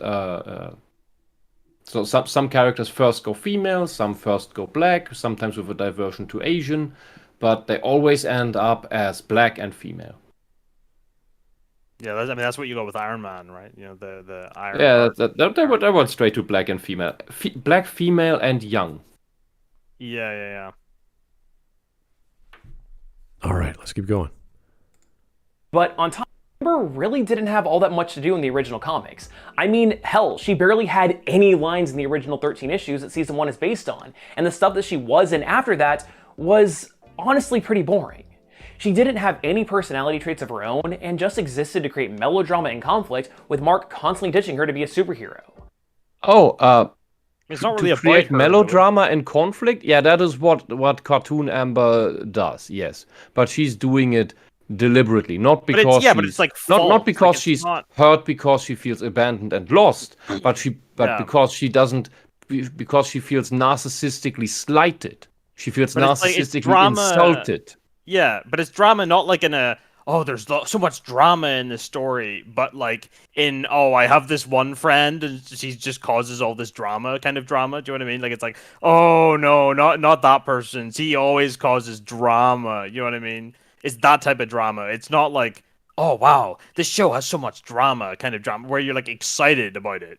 It's just petty bullshit. All right, let's keep going. All that volunteer work stuff that we saw in the show, that was completely original. And it In the was comics, garbage. Mark and Amber end up breaking up because Mark is constantly not available since he's out superhero-winging, and because he seemingly ditched her to save himself during the attack of the Reanimen. But when Mark revealed his identity as Invincible, Amber instantly forgave him, despite him being a really shitty boyfriend. He's not a really shitty Christ. boyfriend. He constantly tries to make up for his shortcomings. For his secretly saving the world and death lasers from the city. That honestly in the So cartoon fucking I would have unreasonable. had no problem if one of them would have just cut Amber in half. And Amber in the cartoon constantly rejects his attempts to make up. Yeah. And She is an absolute cunt. I think what you could have done, I could see them breaking up, but on good terms. Like I could see Yeah. it being like, well, I understand and I forgive you, but this just isn't going to work. Do you know what I mean? The That kind of thing. natural, the positive thing of a superhero relationship with a non-superhero breaking up is usually that the non-superhero cannot take the constant stress of the superhero being out, saving the world, endangering his life all the time.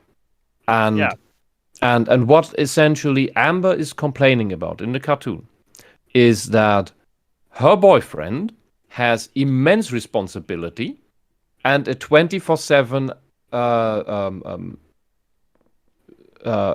job where he's on call, like a surgeon, a firefighter maybe, some special police unit or something, who knows?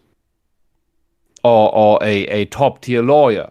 A top-tier lawyer or CEO will also always have to be on call, because there will be this Saturday morning 2 a.m. call from some Japanese company that tells you, we must do this thing now. Next 40 hours you work straight on this thing, and then the weekend is screwed because you have to. And that's basically the job of a superhero. You get an emergency call, you fucking save people, because that's lives. And Amber is the cunt that, even knowing this, says no, put me before the lives of other people. While I am not endangered, I am just inconvenienced. Let other people die. Let the city fall to dust. Yeah. I don't care. I Hand it to am me. the greater good. I am the greatest good you're ever gonna get. Yeah. And while Debbie is literally the that. opposite of that, in that when she sits in a cafe and there's suddenly a dragon turning up on a building with death lasers or fire or what else? You know the usual. Oh yeah. And- she's like, and- go save those and- people. What the fuck? Yeah, He's and like, Omni-Man no. just sits there sipping his coffee or espresso or whatever it was, and she's like, yeah, but don't you want to do something? There's a dragon, people are dying, and It's like, well, I'm on off. vacation with you. yeah. Cecil can earn his money. Like It's weird. Like I kind of respect it in a way. I kind of like respect it. No. I'm off. They can handle it. Yeah, but I'm on it's my off. yeah, but that's a case that's not in some other country. That's right next to you, to you. You Superman copy. Right next to you, people are being killed, fried alive. What are you doing? This is Amber. Amber would prefer Omni-Man as a that would be an boyfriend. interesting fucking twist in the next season. She's just like, well, Omni-Man's here for me. No, Yeah, because actually Omni-Man there, doesn't give a Mark. shit. Omni-Man doesn't really give a shit whether people die. If he would agree, yeah, okay, I'm here for the relationship. Okay, we do the relationship thing. I don't care about the meteor. It's landing in another country. It's only gonna kill 20 million people. It's not here. So yeah, we're having dinner. We're having dinner in that nice restaurant you like. That's the relationship she wants. All right, here's Alex Halo. Don't mention to Yokai what they did to Batman in the show. No. What the fuck did they do to Batman? I have no idea. Not here. I don't know what Alex is referring to. I mean, there's like a Batman sort of stand-in kind of. And Yeah, the original Guardians of the World are the Justice League essentially. yeah. Like this War Woman and what is it? Red Red Blur. Rush. Red Blood. Yeah, Red Rush. That's what it is. Yeah. Rush. So yeah, you get the idea. Okay, let's keep going. Mike Testa is back. Amber is the embodiment of how not to handle dates. Well, Yeah. Yes. Yeah. If your girlfriend acts like that, or your the one you're trying to date, don't bother. Don't bother. Look for another. You deserve better. all right, let's go. Maybe, but I think that they reworked Amber as a much more compelling character all around. And frankly, I think that her new attitude leads to much more interesting conflict and character dynamics. I think that it's great that she figured out that Mark was a superhero, and that the Like, it's not really interesting. It's conflict, but it's not really interesting conflict. It's just her being a cunt. Like, it's not like, the interesting dilemma of, like, I'm trying to think of, like, what is a good example, you know, of like, where you can see both sides, you know? That's interesting, right? Where he's like, well, I see where they're coming from. This is just her being a bitch. For no fucking reason. And look at her face. This is what she looks like 95% of the time. This is her face. Like whatever's going on. This is what she looks like when she goes to bed. She sleeps like this, like her eyebrows are like furrowed like that, like all the way through the night. You know, you see her sleeping, and she just has this like scowl on her face as she's sleeping. You know, she's just never not like angry. Yeah, and there was a point, and I can't unsee it anymore. If you imagine her whatever her hair is doing in the back, like that mop, as if it wasn't there, and you only look at the hair that is on her head. She looks like some vile 40-50-year-old librarian. Maybe 40. That's a weird image. It's like just look at the hair on her head. Ignore the stuff on behind her head. It's like that looks not nice. Can't unsee it now. Yes. I made it. Yes, that was the goal. All right, let's go. show external impact of her knowing that her boyfriend didn't trust her enough with his secret. Yeah, no While shit. Oh my god. Like, how fucking entitled. You know, oh, my boyfriend of, like, 5 months? My boyfriend of 5 months doesn't trust me with his, like, life. Oh no, why don't you trust me? What the fuck? Even weeks. What the I mean, fuck, we bro? don't exactly know when she figured it out, but it looks like the only time before she mentioned it was a soup kitchen, which was I think that was the time when Mark was beaten up like hell to save part of the city, and she doesn't give a shit. He wasn't there for her date. She doesn't give a shit. He was beaten to a bloody pulp. Doesn't matter. To save people. Doesn't matter. People... Did someone die in that fight?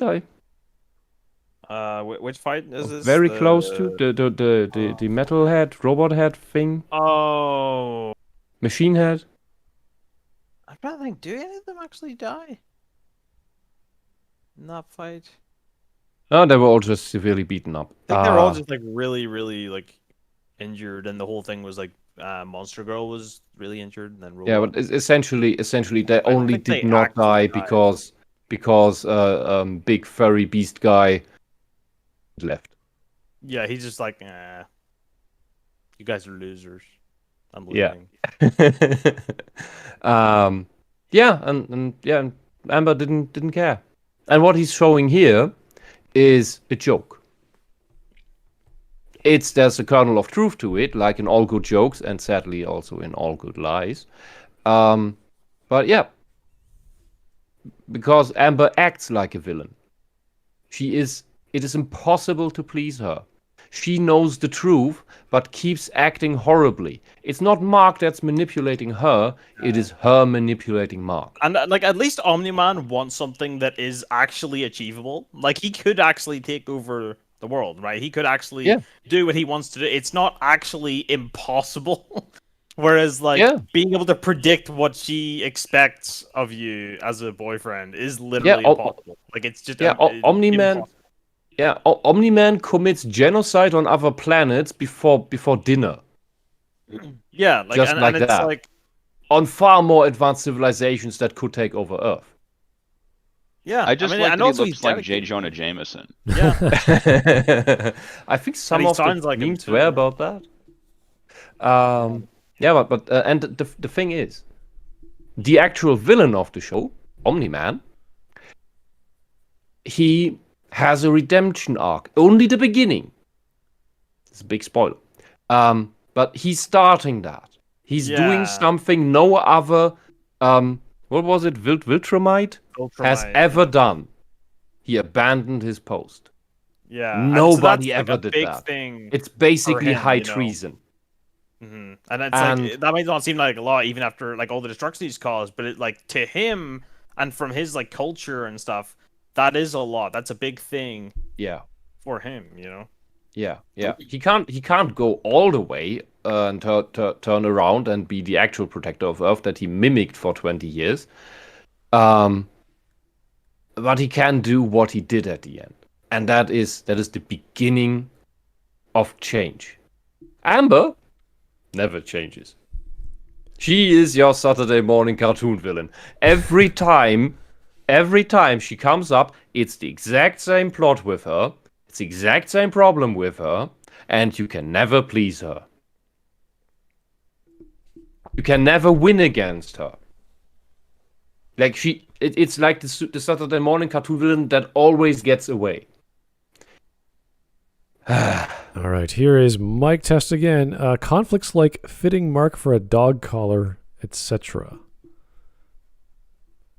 I'm not sure what you're trying to say.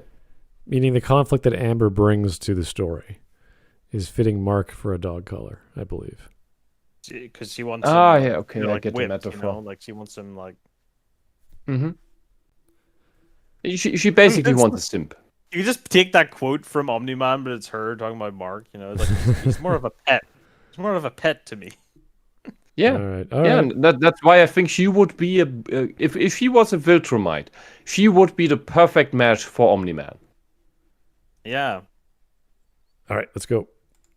People online Amber for being selfish since she's upset for not being more of a priority in Mark's life. Because she I is. really enjoyed the scene of him more or less only revealing his secret identity as a get-out-of-jail-free card for their fight, and Amber just seeing should be. right through it.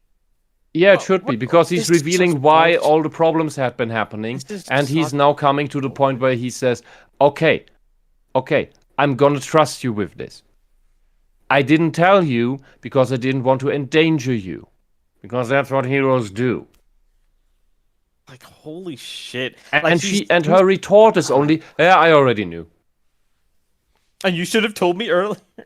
Like, she would never be satisfied. There was nothing that would actually satisfy her at all. She is the evil Mary Sue girlfriend.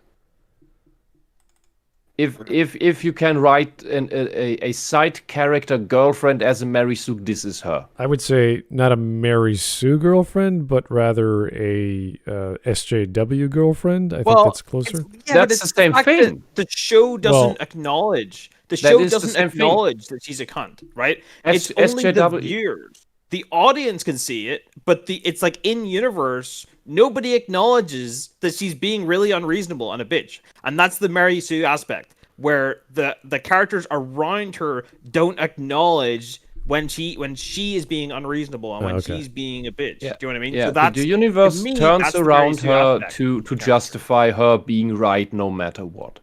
And Right. anytime I see SJW making SJW characters, that is what happens. The universe turns around them to justify them. Even on, I if have to the something- reader I have it is something completely important. obvious it's bullshit. I have something very important to say. Mhm. I just now resubscribed to Hulu and Judge Dredd is on it. Okay. Excuse Nice. me. Just letting everybody know Judge Dredd is on here.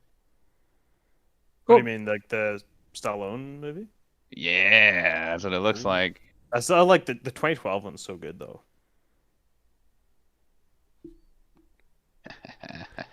I did watch the Judge Dredd latest one with everyone else. It was great.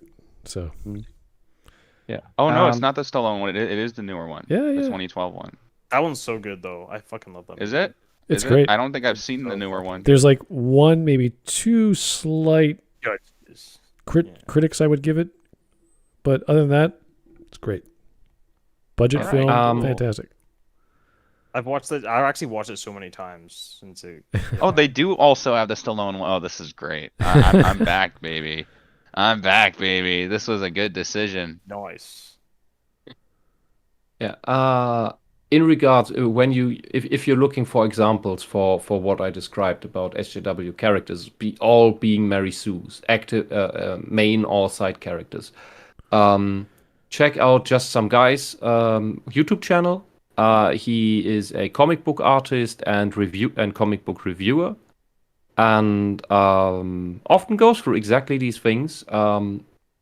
And especially the black artists that usually just write racist bullshit. And there was one specifically that tried to depict some high schoolers as It's one where they're the like heroes terrorists. standing up to the racist gun nut Right. Nazi mob.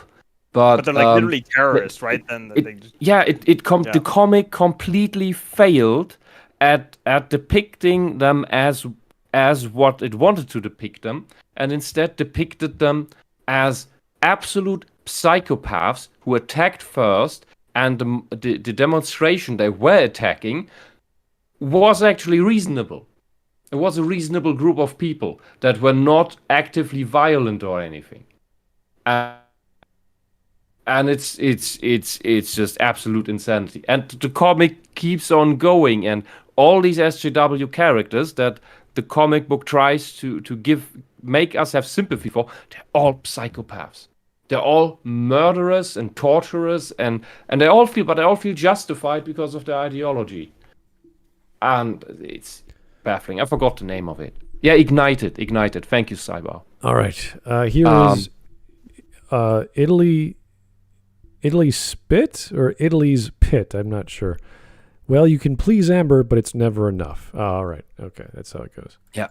Here is 360. Thanks for the 360. Real show title, Everybody Hates Amber. Okay. All righty. but they don't though, and that's the problem. They should. Okay. They People in should. the show don't hit Amber, but they should. Here is Space Wolf Blackmane. Thank you.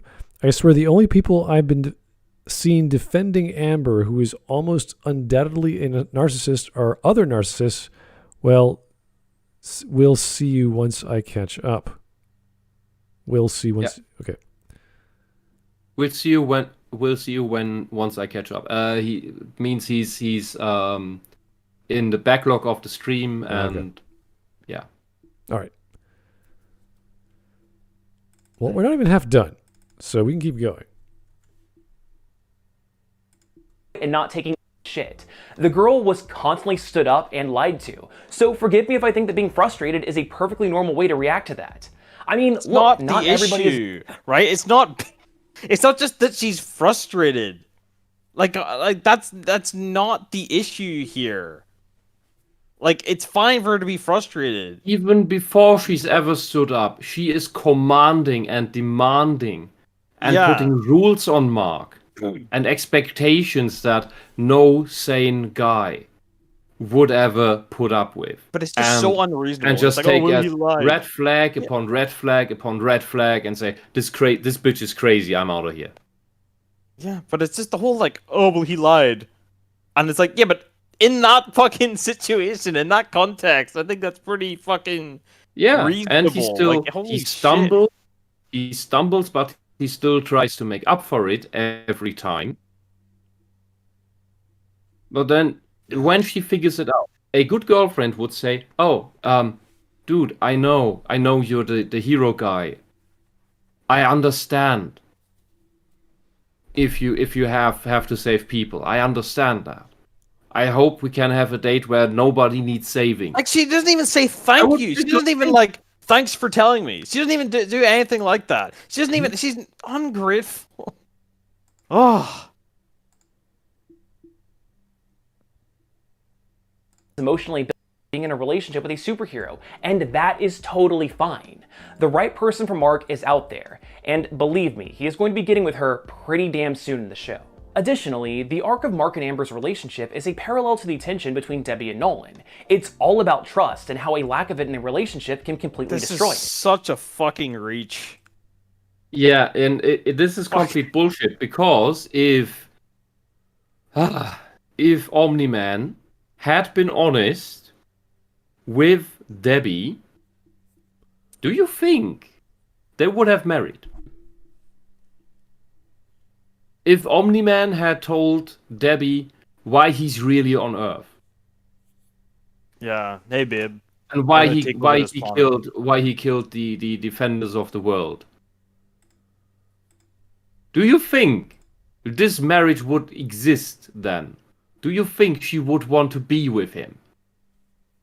Do you think any human being would want to be with this man and not instead try to throw a nuke on him, or 5? Okay, maybe one. Maybe there'd be one out there. But, Yeah, Amber, of course. yeah.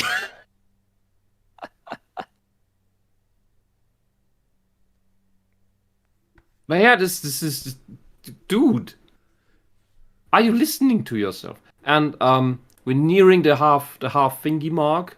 So before we get to his political point, his mark. So here's a term on the screen called narrative parallelism. I don't know what parallelism is. I know what a parallel narrative is, and it's such a generic topic. Like you could say a flashback is a parallel to a narrative because there's already another character from the previous narrative. You could say a frame narrative is parallel. It's any It rhymes. I think these SJWs, they do not understand how language works. That's why they put ism at everything. well that. If you would say this, you would say this is a narrative parallel, But and not a parallelism. what's the parallel though? Like when you're talking about a parallel, you're taking usually a character or object. Like there's lots of movies that do this. There's lots of books that do this, but they're usually physical objects. What he's referring to, I believe, is either a relationship or a theme or some sort of motive in the story, which is disconnected. Literally just there's The a only relationship. The only and there's parallel another here, yeah. relationship. No, the parallel between these two relationships is that the guy doesn't tell the girl who he truly is. That's the only parallel. Yeah, so fucking. In the case of Mark, Nolan he's not a hero telling- in disguise. In the case of Nolan, he's a monster in disguise. Yeah, it's totally the same. That's not a Totally really the same. usually. That's not. Yeah, I agree. It's not that much of a parallel. Yeah, usually Because it's not. We do not If you would really do this, go for this. I would. I assume if I would write this, and try to see this as a focus, as a let's say narrative parallel is a thing. Then I would also write out and play out the conclusion of both these relationships. Because that's what you can do. There are some I can't drop one off the top of my head, but there are even old plays of that.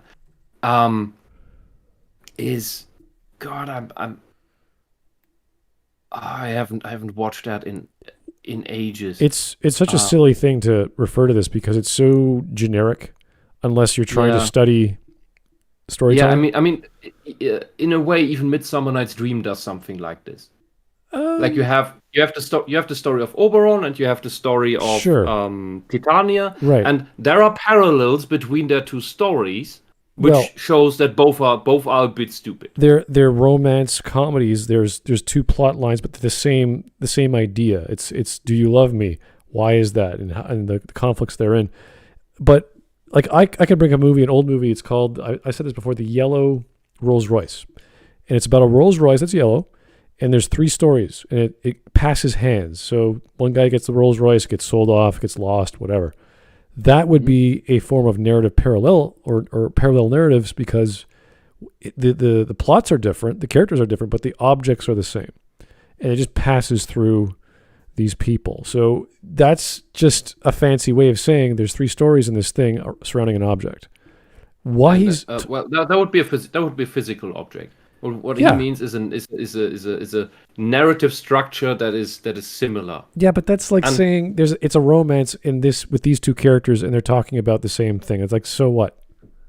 Yeah. I mean, where I could see something like this is in Robert Jordan's Wheel of Time, where he goes on about when the men have a plan. The men and the women both want to have the same goals, and they make plans, but they never talk to each other about it, and then complain about thinking the other side is dumb. All of the male chapters are typical women, and then you get to the female chapters, and it's like, man, am I right? Men. You know? Yeah, and then they step on each other's toes and basically accidentally sabotage each other while they both have the exact same positive goal. And then there's also they just fail to work gag. Together. That's a running gag. The running gag of the three Taviran, how they're always like, oh, if only the other 2 were here, they know how to talk to women. Yeah, that's the other thing. Yeah. Every one of the 3, Rand, Perrin, and Matt, they're all insecure about women, and they all get married in some way over time, or have relationships. They all with think women. the other ones are better, and they have no clue. They all are completely confused. How do women function? What do they want? This is crazy. And they only see the superficial part about their 2 friends who seem to be getting along with women. Rand even with 3 at the same time, which is even more crazy, and he doesn't understand it. But everybody sees from the other. He seems to have figured it out. Yeah, I really need to talk to him at some point, but right now he's at the other end of the continent. Damn, I really need to talk to him because he seems to know women, and none of them do. All of them are confused and in over their heads. That is what I could. I don't. Maybe there's a term for that. Maybe there's a literary term for that. It's probably not this one. I mean, But I can see what he's trying to get at. Also, he's using Comic Sans, so he's already wrong anyway. Okay, let's keep going. Now that's what I call narrative parallelism. Why? With a lot of the conversation I've seen online regarding Amber, the bulk of it seems to be coming less from a place of disliking her character and motivations, here we go. and more just because she's a woman and a person of color. Jesus, which is why it's not that surprising. Jesus. He went for it. All right, he went for the race and sexism. Let's just disregard the racist. This is a waste of time to talk about. Yes. He's just reaching. That's silly. Yes. Okay. Yes, of course. He was building up to this, but he's Really? not yet. He's not yet there. What I predicted on Sloppy. But we're at the time where I'd say, have you noticed what he's doing with the mug? Switching his hands between it? Yeah. Essentially, he's doing nothing. The thing is empty. It's just a prop. Is there something for that he keeps between himself and the camera, or himself and the audience? And from what I know of communication, is that essentially he's hiding behind it. I mean, it's sort of a psychological trick. You know? It's sort of like, see, we're having a drink together, right? See, we're good friends. We're having a drink together. You know, I'm not a video maker. You know, making this video, you sort of performing in front of you. We're 2, buddies, just sort of having a good old drink together. You know. Yeah, well, it's several things. For one, he has something to do with his hands, but he's also having it as a defensive tool that he can hide behind. It's so he can feel more secure in the bullshit he's spouting, which brings me to the other point. If you watched his face, he is smiling widely at some of the most outrageous points he's making, which tells me, in my presumptuous bullshit, that he exactly knows that he's pulling all of this shit out of his ass and doesn't actually believe it. But doing this on camera, preferably with a script, he can get away with the lie more easily. Because there's no one to challenge him on it. He knows that he's talking bullshit. All right. Well, let's try and see where he's going with this. That the other these folks are generally being shitty about is Debbie Grayson. See? I told you that we'd be looping back around. Admittedly, Debbie got a fair amount of hate in the Invincible community back when the original comics were coming out, because for a long time, her main personality trait was just drunk. But hey, suppose your spouse has been lying to you for 20 years, is actually a mass murderer, beat the shit out of your only son, and then said that they only viewed you as a pet. I mean, bruh, I would be hitting that bottle so fast in her position. Although Debbie so you was do always understand. So I'm going to become So a you drunkard. do understand. So what's your problem? What's your problem see, then? this is why the it's better in the show thing. I'm just not so sure about that, you know. Yeah, and what we see here, this is why he made up this false narrative, this super strawman about Debbie being hated, because he wants to craft out of this that it's just misogyny. It's all misogyny. It's just because the fans hate women. They just hate them. That's why he made up the Debbie shit, because otherwise he had only Amber to talk about. Because you know what nobody complained about? Atom Eve. Who, by the way, in the show was horribly drawn, in that she has the symbol on her superhero costume. It's the Venus symbol, so the female symbol, with the electron ellipses around it. Like you often see with atoms depicted, and they have these electrons flying around it. However, in the show, except in I think episode 7, in only select scenes, not even all of episode 7, but only there, it's drawn correctly, that you see that it looks like an ellipse around the Venus symbol. In all other scenes, in the entire fucking show, they were so lazy that they only drew it as an X. So and I always wondered, who is this character? What are her powers? What is this symbol? What does it mean? If anything, that would imply she's not on top female. of that, like if anything, that would just no, she's not female. That's what it looks saying. It's like, damn. It could mean does she have a massive dick? It could. What? Yeah, it could mean not female. Yeah, it could mean cancel women. It could mean cancel this woman. Because she's a redhead, and SJW seem to dislike redheads and rather replace them with black women every fucking time. Here they didn't. Probably because they wanted the black woman to be the girlfriend. Yeah. They didn't have the dyslexic casting directors this time. Yeah. Otherwise, if Atom Eve had been the first girlfriend of Mark, they would have probably changed her to being black. I think they thought they couldn't make them both black. That would be a bit too like playing their hand, you know. That would be a bit too. Oh well, you can't just make them all black, you know. But I think this because this laziness. There's so much good animation in this show, so much care for detail with the gore and everything. I have a hard time believing that it was just laziness. Drawing her every time with an X over her symbol. I have a hard time believing that it's a budget thing or anything. It doesn't seem like it's that much extra. And I've seen this on older and cheaper shows done right. And so I have this tickling feeling in the back of my head that they always draw an X over her Venus symbol because they want her gone. They hate her. The makers of the show. And on top of that, what also confused me, because I'm not used to the American accent, they always pronounce Atom Eve as Adam Eve. Yeah, they don't pronounce like the Adam and Eve. Well. And with this weird confusing symbol on her finger, I really thought, okay, her name is Adam Eve. Does she change sex or something? What is her power? They really don't pronounce the T very well. Yes, it was super confusing. Like, who is this? What is she? And then she ends up basically as the all she needed at the end were some cats in her lonely abode in the woods, and she would be the wine aunt.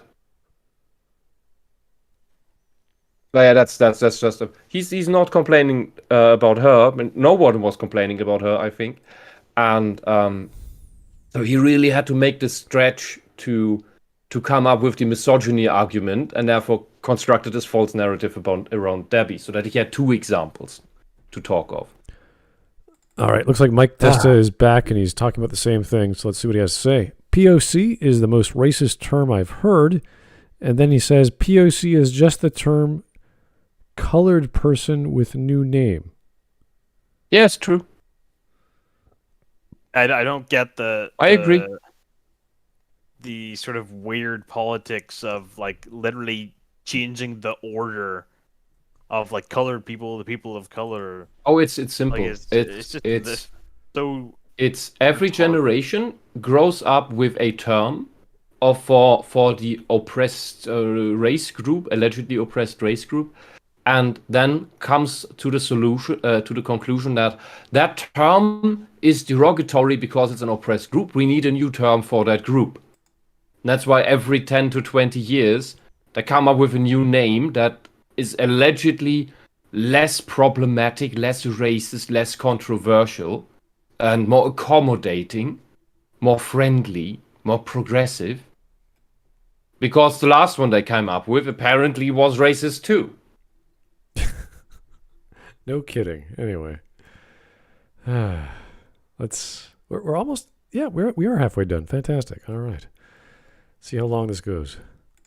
Mother to Mark definitely became a better character as the comic went on, becoming a pretty integral part of the series. And like I said earlier, Debbie in the show was given a lot more depth and agency as a character, which was combined with her now being the emotional core of the series, reminding Mark about his humanity at the beginning of the season, and was the driving force in giving Nolan his humanity. See, for as violent and bloody as Invincible gets, it's a series with a lot of heart. I cannot count the number of times that I have gotten shocked reactions from people when I say this, but Invincible is an extremely heartwarming series. Even as the characters experience insane levels of physical and emotional hurt, most of them recover in large part because of love and compassion from their friends and family. Remember, it is not normal for a Viltrumite to leave a planet that they're trying to conquer, and being on Earth, and specifically being with Debbie, did change Nolan.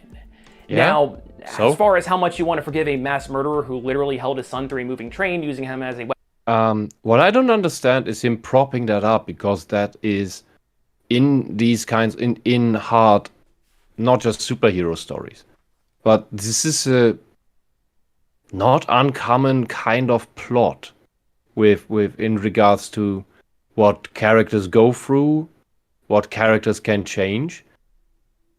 It's well done. It's well executed in Invincible. That's all.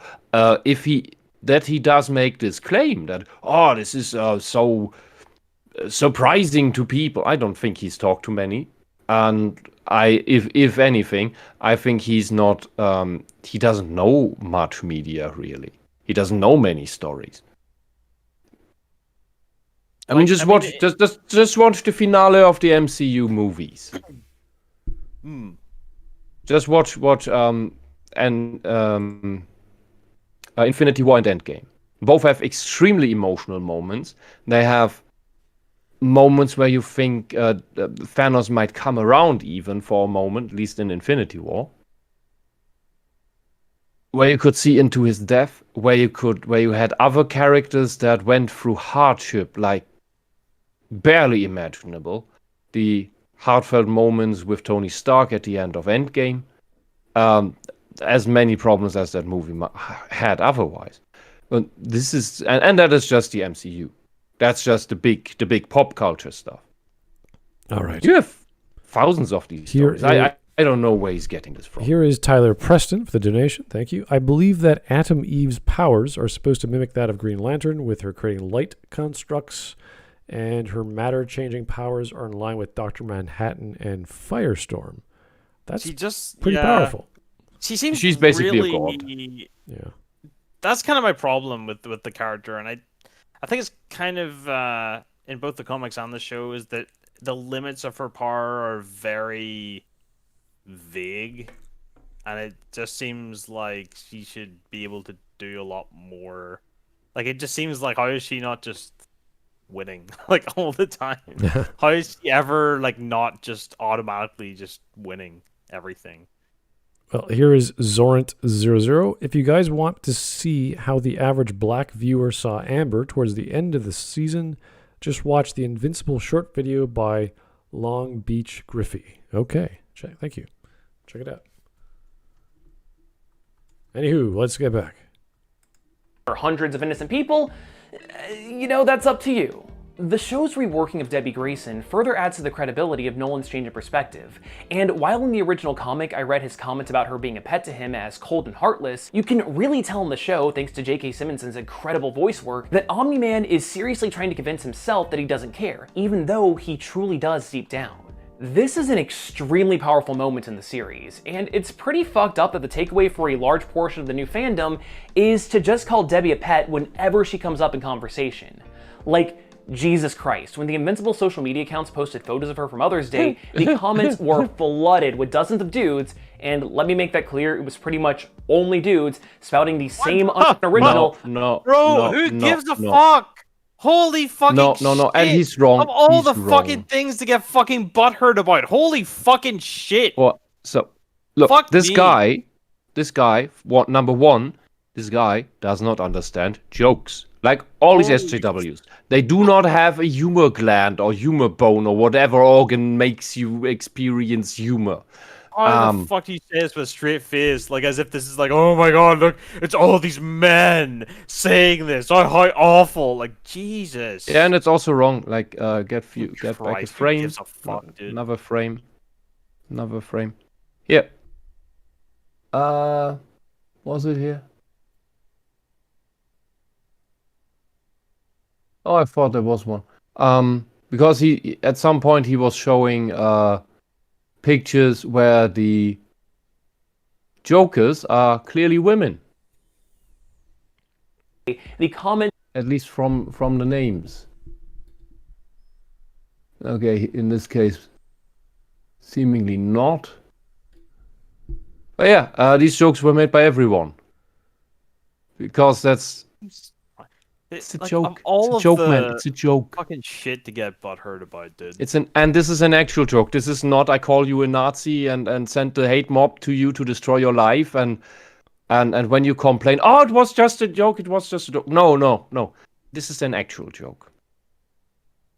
Were full of dozens of dudes, and Come on, that's let me make fucking that clear, it was hilarious, pretty dude. much only dudes spouting You the same absolute unoriginal, faggot, dude. oh, you mean Pet Day, right? It's like Full Metal Alchemist fans. Yeah, that's what They a only fucking have meme one is, joke. dude. That's what a fucking meme is. A meme is something that is repeated. You know, it's something it's a running God, gag. It's something that's repeated. It's the shared humor. It's the shared experience of the common in joke. You know, it's like holy shit. Dude. Narcissists like him, SJWs. Yeah, I call him narcissists, right, outright. Because this is something they share. This level of emotional immaturity. These people do not understand normal humor. What they mistake for humor is shitting on other people that are not part of their in-group. Shitting on people that are of the out-group is the only thing these people understand as funny. Because they get a kick out of it. They get a power rush out of it. That's what they think jokes are. And that's what they then attribute or project onto the outgroup when they make actual jokes, that they mean that. They're mean people who shit on things that I like. So they must be evil people. These people don't understand jokes. They can't. A narcissist can't take a joke because that would mean that the narcissist could laugh about himself. That doesn't happen. Here is Mike Test again. Only dudes note lady in corner of video objection. Yes. Only dudes note lady in corner of video objection. All right. Thank you, Michael. Here's Francis Ford Coppola. This guy is such a thin-skinned pussy. Why? Oh my God. Like, okay, people jokingly call the fictional character a pet because that's what another fictional character called her. Who the hell cares? Touch some grass, lift some weights, eat a steak. Hey, that's my suggestion. There you go. That's good stuff. We put it all together, we might get a real man out of it. Oh my God. Barrel roll. Bop it. Twist it. Pull it. That's a good trick. Load it. Read it. Kill it. Kill it. All right, we're almost 3 parts done. And they will take every opportunity to post Nina Tucker in any situation. I don't know, What? dude. I've never Maybe seen I'm that. Yeah, I don't know the It's meme. fucking hilarious, dude. Yeah. Fucking hilarious, It's a meme. dude. Woo. It's the fucking putting her face and the dog's face on fucking Vegeta and Goku as they do the fusion dance. That's just hilarious. That's just fucking funny as fuck. Okay. Like all the fucking memes about what noise does a dog make? Daddy. Oh no. Like that. No. And That's the thing with that is that it's not just a funny thing but this meme evokes the emotion in part of this tragic pain from Brotherhood, and it's the shared experience of the fans, right? So we've all seen this moment. We all know what this moment is. We all understand what this reference is. That's the camaraderie of the shared experience. Yeah, and what he thinks in his smooth-brained mind is that we are laughing about Nina Tucker. Yeah, and it's complaining we're about not. originality here when the whole you could rather say you could even say it's a coping meme. Yeah, but it's absolutely horrific, tragic scene. It's about the shared experience and the sort of so originality doesn't come into it. The whole point is for it to be something that everyone gets, and even to repeat it, because the originality isn't the point at all. So just to complain about with this unoriginal joke, like, yeah, so what? No, I don't even think so, because the outcome is absurd and unexpected when you first see it. You need the context, of course, but then and it fries your brain a little bit, and that's what makes the joke. All right. But he doesn't get that. Memes are tough, guys. They can't meme. The left cannot meme. It's just too hard for them. It's okay. Yeah, but in all meme, you need to be able to. You need humor. You need to be humorous. Maybe you even need gallows humor. Meme seller. I require your strongest memes. Here's Zoran00. You guys forgot that everyone on the internet is a man. Even the women and children are men, no matter what. Yeah. Yes. And 13-year-old children, 13-year-old girls are FBI agents. Yeah. Yeah, they're all FBI. And that's how we handled everything. That's why it was very simple. You couldn't misgender anyone because everyone was a he. Yeah. It was super cool, super egalitarian. The 90s. All right, let's keep going. Just a sensible SJW libtard snowflake, but this whole thing just feels gross. Especially when you take a wholesome Mother's Day post and turn it into a liberal. this. Even going like, just saying it ironically doesn't make it false. Just saying, like, you can call me a libtard, SJW, so yeah, well, okay, you are. Like, so just saying it, just sort of in-beforing it, doesn't, like, negate it. Just saying, like, well, I've in-befored it, so that means... I would call you a racist and a sexist. But not a libtard, because you're not a liberal. You're not a liberal, boy. You're not a liberal. You're an authoritarian. You're an authoritarian race fetishist. Yeah, can't have fun, guys. Apparently, you have a thing for dominant women that are unpleasable. Can't make jokes about your favorite thing, guys. Can't do it. Not nice. Bad. Gross is one of those words that it's in the same bucket as problematic. Oh, yeah. It's in the same, like, oh, here we go. Like someone who uses this term, like, oh, like also, gross, problematic. Also, if you look at his neck, his face looks unusually orange. Look at his neck. Is he aware how orange he is? Should someone remind him how orange? It's probably just the background. Is he aware? Messing with her eyes. But the orangeness. Can an SJW stand being orange? Being an orange man? Here's Francis Ford Coppola again. Thank you, sir. Oh, boy. God, why did he pick that Christ-awful striped shirt with the breast pocket to go with that gaudy-ass background? He looks like a gayer Mark After Dark. Oh, because he invested all of his money into the green screen, the fake props of, look at me, I'm a nerd, and that mug. It's that crazy He pocket. didn't have any money anymore for a nerdy T-shirt. It's that breast pocket that just threw me off. As soon as I look at it, I was like, what is that thing? Yeah. I know some looks- shirts come with them, but this, I don't know. Why would you buy a shirt like that?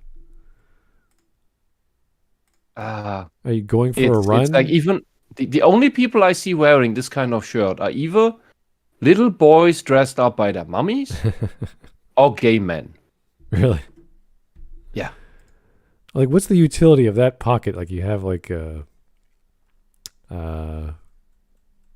like, what would you I have? have in no idea what you put into that. Like, what would you use? That Oh for? right, and this money went into the clip-on mic. Your probably. keys, That your costs yeah, money. clip-on money or like something small. Like, I don't know. Yeah, but if you put anything into that kind of pocket, you see it, and that makes the shirt look shit. It looks weird. So you can't really put anything into But it. it looks like something's already bulging out of that. It's like, what is? Like, it's so awkward.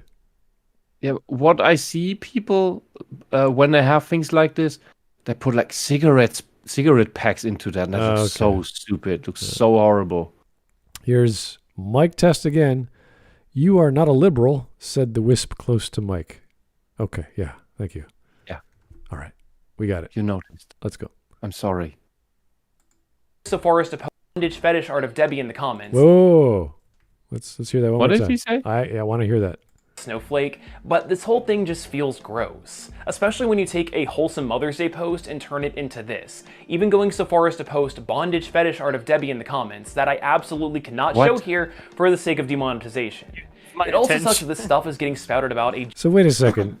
He doesn't get the fact that it's a joke, even if there's more adult jokes or content. I think, why are you so offended by jokes? I just don't get it. It's a meme. It's a series of memes. He does not. He is cognitively unable to process real jokes. Like, if my sacred cow He does not have the cerebral function, yeah, but the faculty to do that. if my sacred cow the DLC is missing. was Batman or whatever, and there's all kinds of Batman jokes and memes out there that make Batman look like a moron. It's like, yeah, we've heard them before. It's not a biggie. They might even make me laugh because they're true. So what's the big deal? Bunch of random people on the internet trying to make people laugh. Yeah. Yeah, but if you criticize something that he likes, he takes it as a personal attack on himself. Here's Mike Test again. You mean he has a clip-on PP? There are feminists who sell that now to parents who think that their toddlers are trans for ungodly reasons. I'm not kidding. Joy. I call it child abuse. All right, let's keep going. genuinely great character that helps save the world through nothing but the power of motherhood and empathy. She's Mark's moral compass, and this stuff seems like it's being fired off by dudes that brag about how they love dark humor, but when they go to tell a joke... That looks like a younger version of him. Bears are the same. Or Hawk, or I don't know. Like, look at it. He's got the shirt. Everybody looks at this. Yeah, this is him. Fucking tell you, dude. younger. Racism is fucking hilarious. Dude, I don't know what to fucking tell you, man. Yeah. Like, Yeah, we just say, constantly well, make jokes people about say the dark humor, they Bavarians just say and the French racism. Yes, and the Austrians and the French and the Swiss especially and the the French. the French. Yeah, the Often, Poles and the Don't French. forget the French. Yeah. And sometimes the I Belgians. bet the British make jokes about the French. I mean, yeah, but I mean, the Belgians aren't really real because Belgium isn't really real, you know. It doesn't really exist. It's like Yeah, we make Narnia. jokes about the Netherlands always being flooded. Yeah. Okay. Yeah, racism is kind of funny. Let's be honest, because because by the way, because racism is silly. That's why it's laughable. If we laugh about it, that's way more fun than just going into these hate mobs that want to tear each other apart. Just laugh about how silly it is for people that there are actually people who think their worth depends on their skin color, or who define themselves by their skin color and the skin colors of other people, and build a hierarchy race theory out of it. I mean, that is so silly. You have to be insane to think that's a good idea in any way. Those are silly people. That's laughable. So let's make jokes about them. Because they're dumb people. And they're creating exactly what they claim to fight against. And many of them know. Many of them know that that's just a scam. But a lot more buy into it. And that's scary. All right. Way It's not to really humor, really it's just like battle that is to racism laugh or about it. homophobia. And hey, I get the defense of it's just a joke or it's just a fictional character. Calm down. But I can also understand that there are women that have been in abusive relationships that have had their dignity taken away. Whoa. These two are not the same thing. Just cut out on me a lot. I'm sorry. This guy's trying to equate the Twitter feed, whatever, to, hey, women are also in abusive relationships. It's like, what are you talking about, dude? You're way off base. Yeah, it's also it's also pretty one-sided. Because women are very often the abusers in a relationship. Like Amber! If you're in a relationship with Amber, you are in an abusive relationship. Because Fucking hell, Amber dude. is the psychological, emotional abuser in the relationship. And 60% of all child abuse involves the mother. About 40% is solely the mother. So don't get at me with this, oh, women are always the victims, oh, abusive relationships, women are in abusive relationships. Yep, often because they are the abusers. Here is the Spawn Camp. Thank you. Like this guy, if he thinks it's a bad joke or in poor taste, he should just move on. Like, what a wet blanket of a person. He is trying really hard to defend the fact that the internet exists and there are people who try to make jokes on it on social media. It's a strange thing because we see it every bloody day. I see it every day on Twitter. It doesn't matter what the post is. It's always a bunch of liberals or whatever left-leaning people bashing things they don't like every day. It doesn't matter what the topic is. It doesn't matter if it's media, politics. Politics will obviously be involved, but it's always every day. It's normal. There's a term, I can't remember it right now, and I would need to look it up, about... Sorry. The SJWs are obsessed with calling everything phobias and everyone a phobic of something. There is a phobia of opinions. And there's one of having opinions yourself. And there's a phobia of opinions that are different from yours. Like, I didn't have Latin, so maybe, and I could maybe just make it up, but right now I would need to look it up. But just know that there is a phobia of different opinions. SJWs seem to be very prone to it. If you want to use the phobia game against them, figure out what that word was and just throw it at them. Because they force us to always have an open mind to their ideas, like some religious zealots. But they're never open to anything different from their own.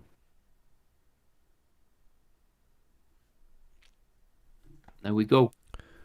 All right, here's one more from Mike Testa. Wisp, get the gas now. What?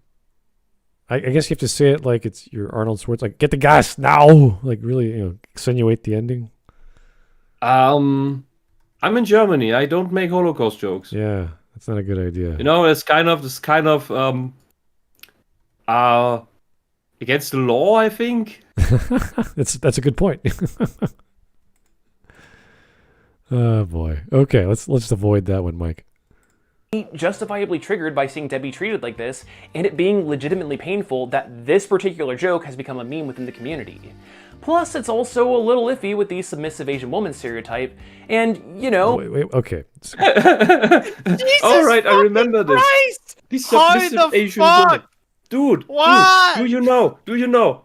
Are you aware what Asian mothers are like? Oh, Jesus Christ! Have you ever in media or in real life seen an Asian mother, how she treats her children, what the traditional Chinese, Korean, Japanese family dynamic is? it's very akin to old European, just with more I'd say even more clear cut. That is, It was like in fucking Wheel of Time. yeah, It's like the women in Wheel of Time. man brings in the resource, brings in the money. In this case, in modern day, man brings in the money, and the woman who does the chores at home, cares about the kids and everything and the household.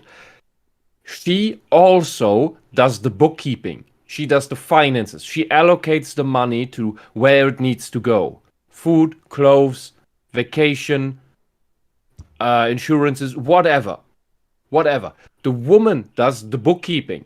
So the husband brings it in and the woman responsibly allocates it. Completely unlike what is currently happening in the West, where the man rakes in the money and brings it home, and the woman spends it all on herself. The traditional Asian woman, mother, is not submissive. Maybe in the bedroom, maybe in romance, but not in marriage, and not in running the household, and not necessarily as a mother. Because that's what drives the children to excellence. Sometimes it breaks them. Connection, though. It's just such a fucking like hot. I just can't follow this guy's train of thought. It's Like, all this over guy the is- fucking map here. So this guy is full of these stereotypes and biases. He is holding them. He doesn't know anything Like, about he's reality. looking for. And the parallel Oh. to what I just described, you can see in Old Norse culture, for example, where the man goes out onto a Viking, goes raiding, and that's where he dominates. That's where he rules, where he makes a Like, decision, this he makes a guy- big political decision. And at home, the man had nothing to say, because at home, that was the realm of the woman, of the wife. Yeah. That's where she had to say everything. She had the last word. She decided how the household was run. The man had nothing to say at home. But outside the home, that's where the woman had nothing to say but the man. That was very clear cut. Both had their realms of complete control. And that is similar in Asian culture. But I swear, this guy is like with like racism and sexism and whatever phobia. It's like that fucking Amogus meme, but with like phobias and isms. You know, where you see like Amogus everywhere, and you're like Amogus. You know, you see like a fucking doorbell, it's like Amogus. You know, it's like all that shit, but for him, it's like racism. He just sees like, look, there it is. It's racism.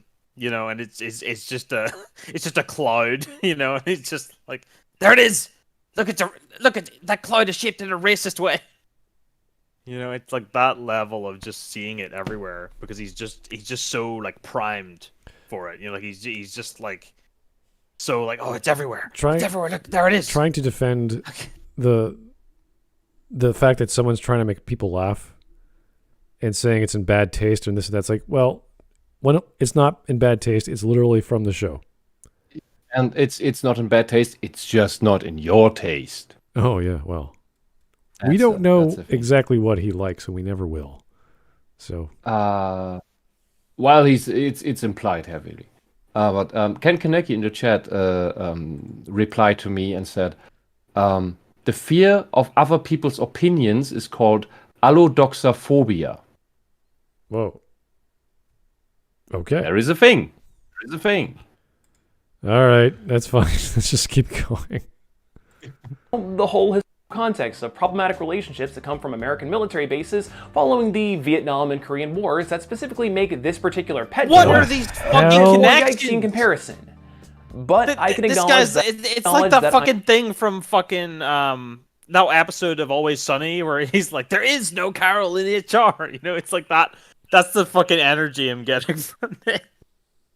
Dude, in those wars, and that is it's irrelevant which war it is with whom. You have a lot of women who've lost their men, who need some support in life, so they throw themselves at someone. And that may just as well be the currently occupying forces, whether they are positive or negative.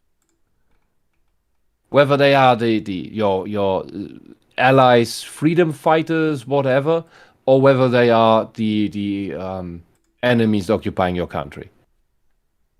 The French women were it's not just that the Nazis were raping everywhere, they did, but it's also that, for example, the French women were throwing themselves at the Nazis in order to gain some security in life, in the hopes that would work. Didn't. But that's how it goes. It's war. You don't know where you end up. You don't know whether you even have a tomorrow, whether you will have something to eat. Maybe you have a child you're trying to get through. And sometimes you find the rare soldier that will take upon himself the responsibility of fraternizing with someone he officially shouldn't. You're very lucky then, but you both will also be in a pitch. But that is just something that happens. All right. Various reasons. It can also be real love. That's not the issue. But this just to base this upon women in a war looking for some sort of relationship, hopefully stable, is just stupid. Here's Mike Testa again and again. Scratch that. Get the tornado for bad parents. The tornado for bad parents. Okay. Thank you, Mike. Well, like from James and the Giant Peach. Oh, okay. Isn't that what happens in James and the Giant Peach? Or where there's like a fucking storm that takes away the parents? Parents. Isn't that what happens? I don't Am I know. remembering this right? I couldn't I haven't say. seen it in a while. Yeah, I don't know. Is it sad I'm more understandable than this loser? You have your moments, Mike. He is just... Yeah, Mike makes sense. This guy doesn't. This guy just pulls shit out of his ass and forms sentences out of it. Mike has good ideas, just has trouble forming sentences. Yes. I take Mike over him. Oh, yeah, for sure. I mean, at least it's funny. At least it's fun to listen to. All right, let's see what he has to say about the Vietnam War and marriage. Probably not the best person to be leading conversations around these points, so hey, let's move on. And here's the thing. Even though the comments on the Mother's Day post are pretty annoying and gross, I can admit that this whole situation with Debbie and the fandom really isn't that big of a deal. Well, Drake, if it isn't a big deal, then why are you making this video complaining about it? The You problem made it is up. that this is just a preview for the absolute toxic shit show that the fandom is definitely going to be going through when some much heavier stuff comes up later on in the series. Okay, so this part of the video is going to have a couple of spoilers for the comic book now, so if you don't want that spoiled, then I don't care. go ahead and click off. I had a mid-roll before this, right? So even the people that are leaving are still going to end up paying me by watching those ads. Okay. Ha Aha! Ads. Sure. Ha ha ha! I You have been use bamboozled. uBlock Origin for Firefox. It blocks all ads from YouTube. just Also so you watch guys know. together. And we're Watch Together. That's true. Yeah, the Watch Together does have ads. I'm blocking those as well. So Also, mid-rolls are shitty scum. Fuck. okay. Do your ads in the beginning or the end, but not in the middle. The beginning is really annoying, honestly, but that's just YouTube doing YouTube. I can't control that. Anyway, So, a little bit of a trigger warning for some pretty serious stuff. Trigger warning. Okay, is everybody ready for the deep spoilers? Cool. All It's gonna right, be about so the rape, isn't it? Mark gets assaulted, and I know that YouTube gets really finicky about He gets demonetizing raped. videos when certain words gets are used, raped. but it's the big four-letter word. You know, the really violent one that nearly 1 in 5 women have experienced. Oh Yeah. my fucking god. This is a here really we tough fucking moment in go. the series and has serious mental impacts on Mark as a character. He absolutely did not want it, and he blames himself for not forcing her off, even though he was physically stronger, as if some part of him secretly wanted it to happen. When posting about this scene on Twitter, I already had to deal with a gross discussion with a dude about how female on male assault isn't real, despite the fact that, you know, it definitely is.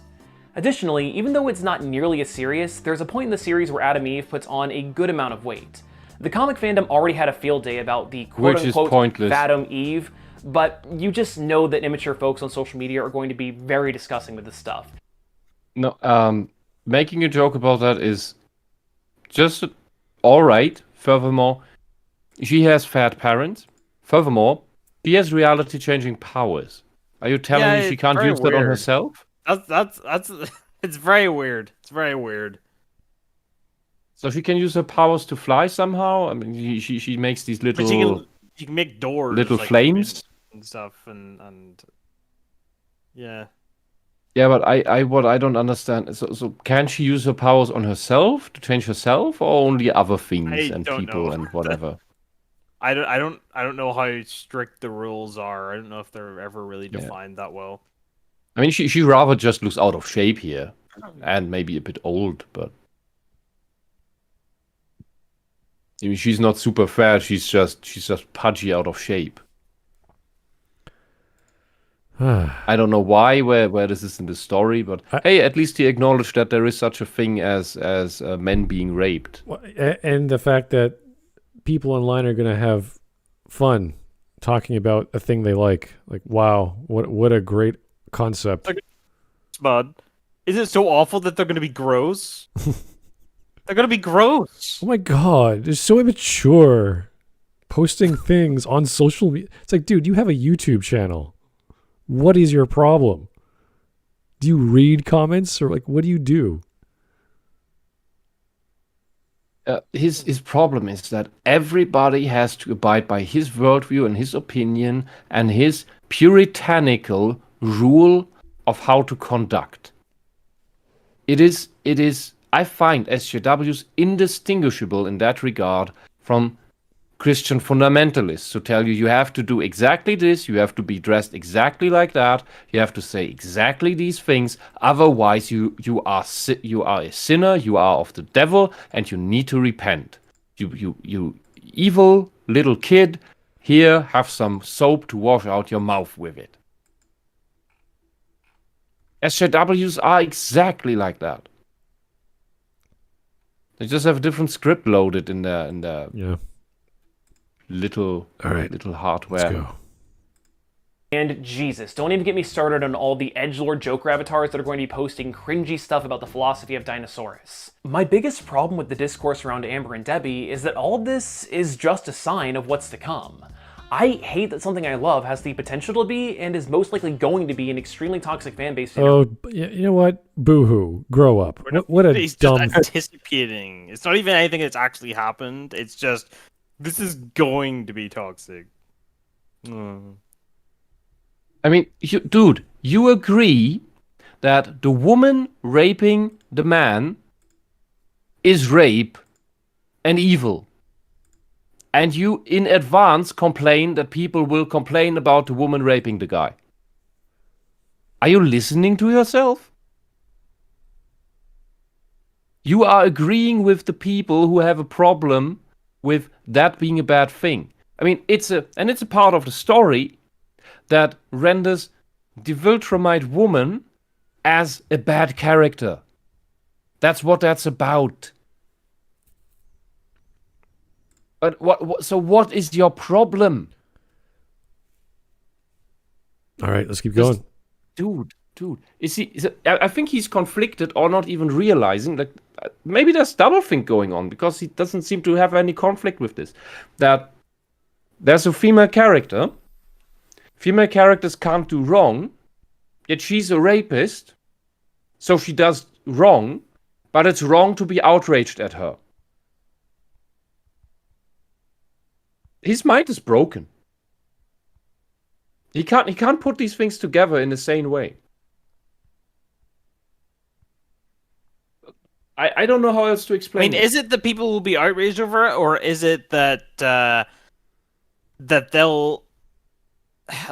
they'll be like excited or like pleased that it's shown, because they'll be like, see, rape happens to men too, and that will take away attention from female rape victims because they're more important because they're part of the quote unquote oppressed group, and so too much attention at the moment to male victims. Yeah, but at the moment there is zero, if not even negative attention on male rape victims and male victims of sexual assault and stalking by crazy bitches. By really crazy bitches who should be in asylums. There's zero. If you complain about it, you will instead. There is a chance that a state attorney will charge you on behalf of the rapist woman that you accuse of the act. The state attorney will charge you of slander. It's beyond broken. And I'm not making this up. I wish I was. I seriously wish I was. Interact with. Invincible fans are going to be met with the same eye rolls that you get from people when you say that you're a fan of Rick and Morty. Because actually, you need to have a really high IQ to understand the nuance of a show with a character that is literally named Mr. Poopy Butthole. We have seen this kind of stuff in fandoms before, but unlike toxic communities which spring up from series that just kind of come out, Invincible is a completed series, and we have the rare opportunity. What does that have anything to do with fandoms springing up? Whether the series is finished or not, that's silly. Yeah, and the so-called toxic fandoms are only those of the SJWs. Fandoms are not toxic to begin with.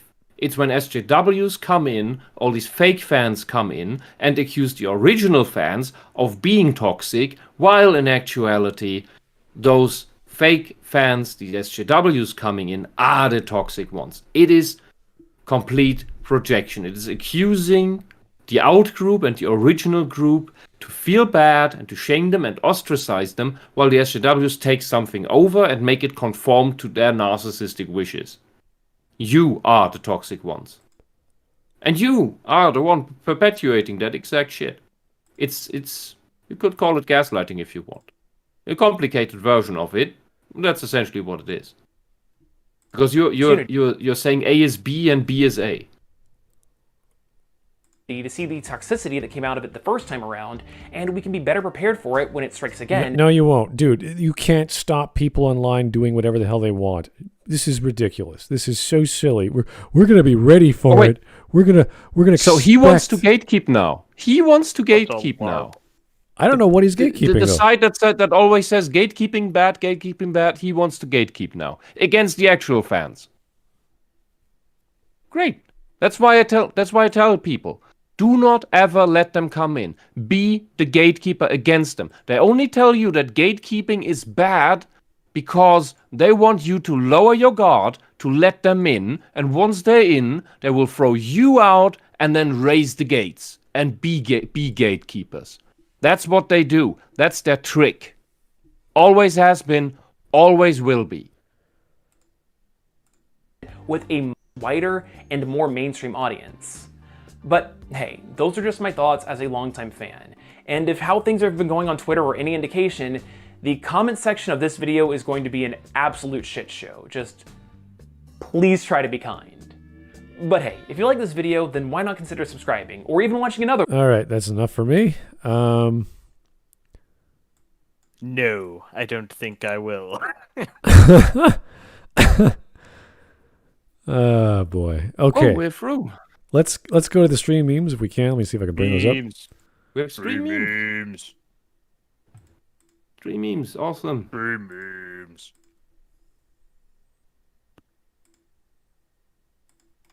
Best channeler.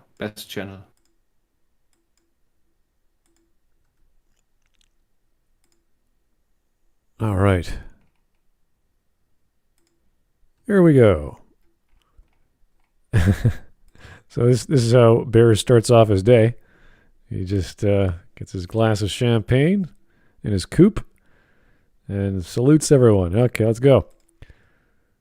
Thank you, Punished Bearserker. This is actually a picture of Punished Bearserker, and he's just covering his face for notoriety. Alrighty, here we go. Average comic Drake fan and average Smudcast enjoyer. Oh. I have no idea what this represents. So I haven't seen the show yet. I'm assuming you're the character that beats up his character. You're evil Superman. Oh, that's cool. All right. Evil Superman's kind of cool. I like that. Oh boy. Think, Drake. Think. Why would Mark tell Amber he is always in verge of dying? Let the hate flow through you. I'm trying to. Who is that character on the left, though? I can't quite. I think that's an avatar that I used in the past. All right. It's my alternate design. An even more evil doll. Yeah. All right. I might change it at some point to another one, but I think this one's pretty good. I like the way it fills the whole circle, so it's just this like face, just in Yeah. a circle. Here's Hamburger Germany. Oh, Germany. I hate you. Jeez. My goodness. But yeah, pretty much just older. I can't remember it being that bad in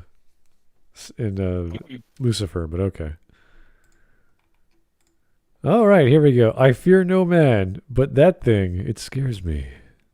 I do not understand. What is it? Is that Berlin? What the It might be.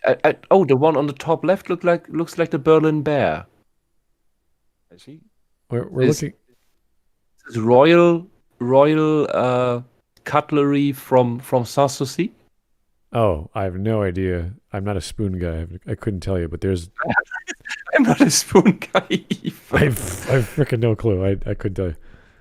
This just looks like very, very royal spoons. Very very sharp spoons. Yes. That as well. Yes, that is. Oh dear, man. Oh dear. What's going on with? Dude, we were threatening each other with the fucking spoons. Like that meant something. And someone was raising a spoon at you. Yes, that means yes. You yes. fucked up. Like, whoa, not the That- spoon, man. I get it now. And I'm not kidding. I'm not kidding. You could cut yourself on the fucking things. So yeah, reject soy, guys. I don't. What's going on here? Bottom deck.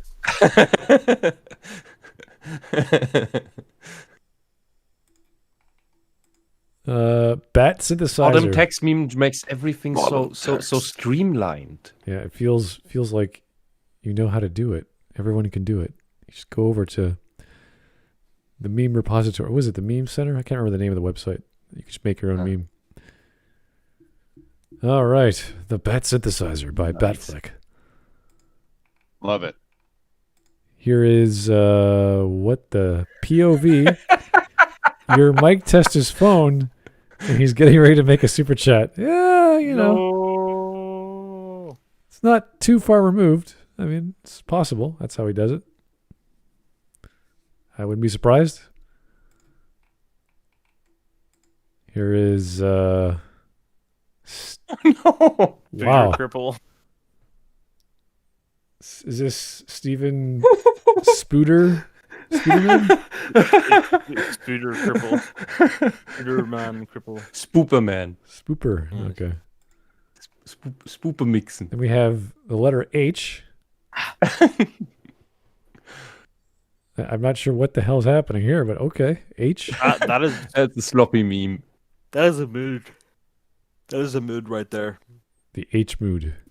That's like, you know, do you ever just wake up and you just like itch? H. Okay. Sometimes it just do be like that, you know. Oh no. 1,000 years will pass and the spoons of Germany will not be erased. Hans Frank? What? You have Who's my Hans- axe Who's Hans and my Frank? bow and my This is- spoon. This is, what do you call this? Is this a spife? Or a noof? Is it, A I noof? mean, it's not really a a noon? sport. A spife, I suppose. It's not a or spife. It's not a spore. No, it's a spife. It's a spife. A canoon. I'm sure someone invented a knife, spoon, fork, but I don't know who would do that. It is possible. You just might cut yourself when you use it. Mike Test is speaking. So he's okay. And then Mike does the super chats. It's like, whoa. I love these. To be fair, it requires a high IQ to understand mic test. You need multiple super chats to comprehend and see what he's trying to actually communicate. Simp. It takes time. Yeah, pretty much. That's just on the spot. Yeah, it's pretty straightforward. Sometimes you need a palate cleanser. Simp. I won't let you take over the Earth, Omni-Man. Omni-Man's like, huh? Punches right through Goku. Yeah, but the problem is Son Goku comes back Oh, stronger. That's right. He does come back. It's just Son Goku has infinite lives. So this Omni-Man can't win in the end. All right. Mark is an idiot for not telling me he was invincible. Wisp is saying, shut up. Oh, I think it star. meant to be cunt. Oh, that's a C. Okay. See? It's kind of hard to tell. Yeah. Okay. And then what? All right. Wah. Woo. Here's Punished Bearserker. Let me in. We couldn't let you in because we're full up on the. We have this. You only have a 10-person limit, and all the people that are in it, and those that, like, I can't delete anyone because they're part of the group already. Delete them from existence. I can't find them. Where's the delete button? Why can I not delete this person from Really? existence? There's a 10 people limit? Yeah, in Discord, yeah. If you make an ad hoc group, you can only put 10 people in. Oh. Here's Ken. Smud has decided that his new goal as CEO is to kill all the bears and turn them into memes. Then here's bears. He's just. You will try. I don't know why you do this to yourself, bears, but I mean, thank you. It's fun. Okay. I will turn you into memes. You will try. What the? Over to 40k X. Yeah. 40k chainsaw X against lightsabers. Yeah, that'll be fun. Hmm. Not sure it'll work, but yeah. I get the defense. It is a joke, but sexism is Whispers. I got a Phoenix Wright meme. I'm happy. I'm happy now. Yeah. It's pretty good. Upgrade. Smudcast. Meme slavery. What?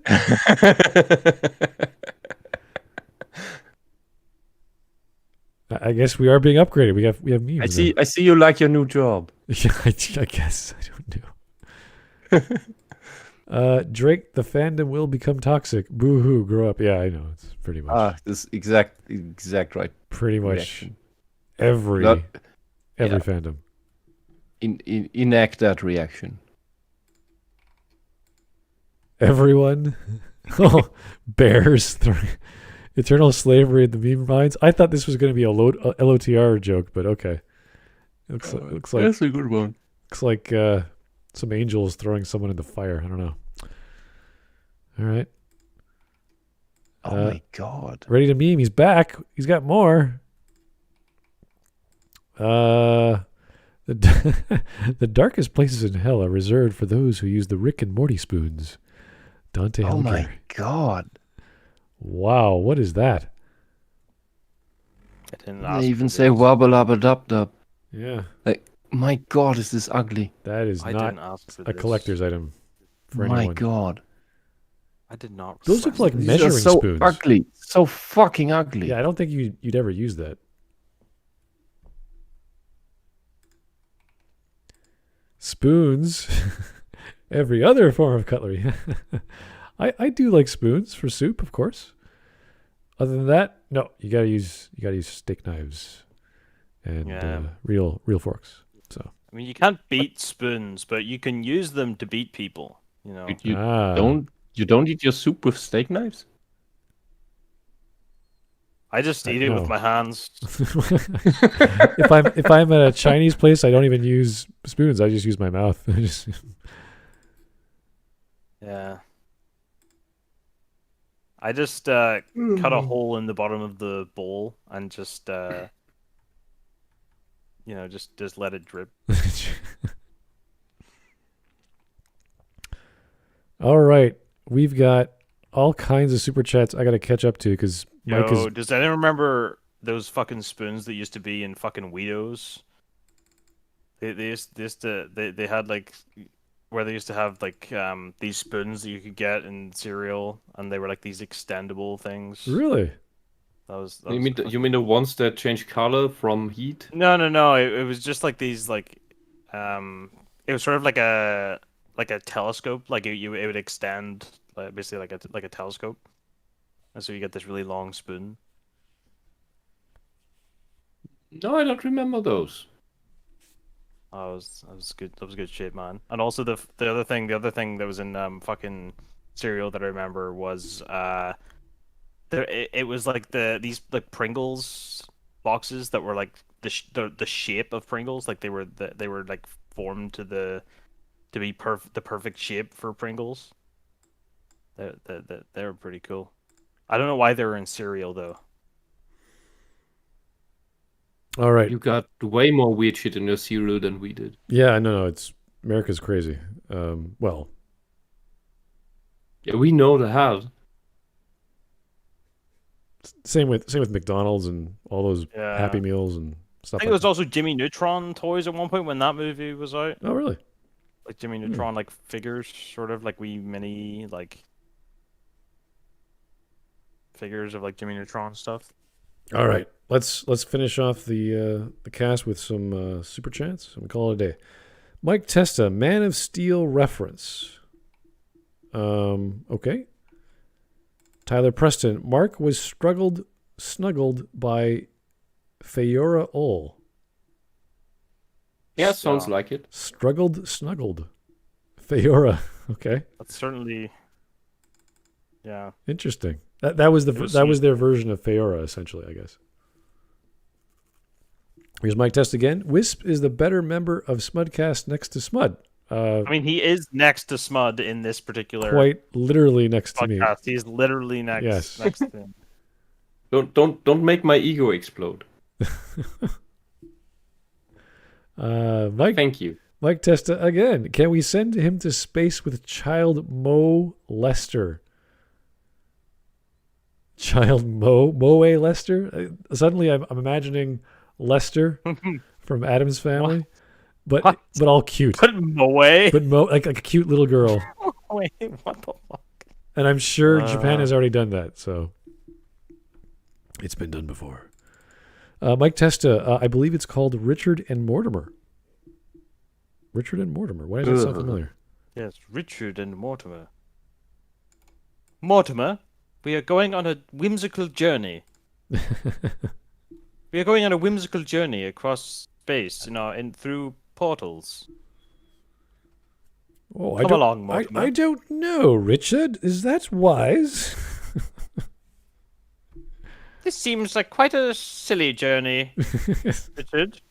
I'm not so sure about this. Here's Vladimir Dragunov.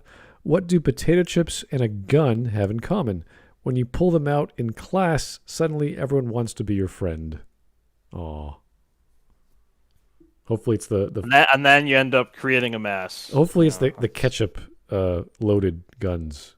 Those are the best. Yeah, you just get a mess everywhere. When you bring them out in class. It's not. That's the one claim to fame Canada has is ketchup potato chips. I don't know why.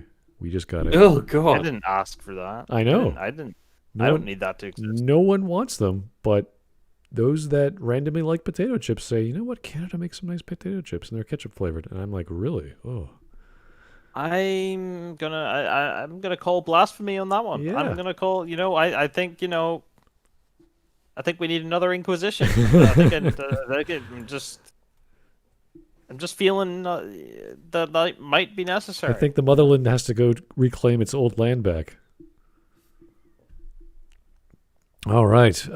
Mic test again. There we go. There was a Cartoon Network comic where they used...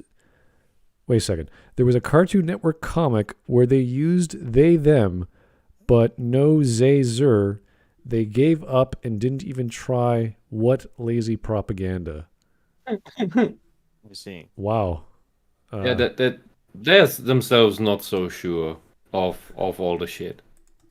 And you can see that there's been a recent poll in the UK about what positions the major parties hold of the progressive shit, and what the percentages of the public are for and against them. And with all this social justice warrior batshit insane stuff, it is in all cases a minority, an absolute minority who are for this crap. And usually a relatively large portion that is against it. Like, everybody's against this shit. It's what you can derive from it. The general sentiment is everybody's against this shit, nobody's for this shit, but somehow it controls society. Like, why? Just get up, get your ass up, stomp your feet down, and say no. Yeah, we end this inner bullshit party. now. Nobody wants it. it. The outer party, you know, there's the party that the face that they show, and then there's like even the inside, Labour Party you know? doesn't have majorities for this shit. Not even the Labour Party has a majority for the bullshit. I think at some point I'm gonna try to find an English version of that Stanislav Lem's, my favorite Stanislav Lem story, and just read it out on YouTube, and then I'll just link to that, and you know what I mean with you all believe that everybody's in the cult, when in actuality no one's in the cult around you. You all just fear that everyone's around you, that everyone around you is in the cult. Which is similar to which is the negative version of what Wheel of Time, Rand, Matt, and Perrin think of each other, where everyone thinks the other knows how to deal with women, when not one of them does. This negative version is everybody thinks everybody's part of the woke cult, and if you say the wrong word, everybody will harpy in on you, which they will, because everybody fears that if you don't harpy in on the center, that you have to that you will be harpied on as well. Yeah. I mean, when like in reality, no one is part of this fucking but cult. it's like that, you know, that experiment, that psychological experiment where, like, it'll be like you go into a room and like the subjects go into the room and everyone there is an actor and they're like paid to be there, and at like 10-minute intervals, like a bell will ring and then everyone in the room stands up, all of the actors stand up, and then the subject is like, oh, I guess I better stand up. And then gradually the actors filter out of the room until nobody who was originally there is in the room anymore. But they keep doing it, and they have no idea why they're doing it. You know, none of the original people, the actors that started it, are there, but they all just feel like they have to do it. You know, they don't have to do it. There's no actual reason to do it. They just think that everyone else expects them to do it. Yeah, it's the same thing with the experiment with the lines as well, where it's like people, they know that it'll be like, which of these lines is closest in length to this other line. Like, it'll be like, here's a line, and here's lines A, B, and C, and which of A, B, and C is closest to the line.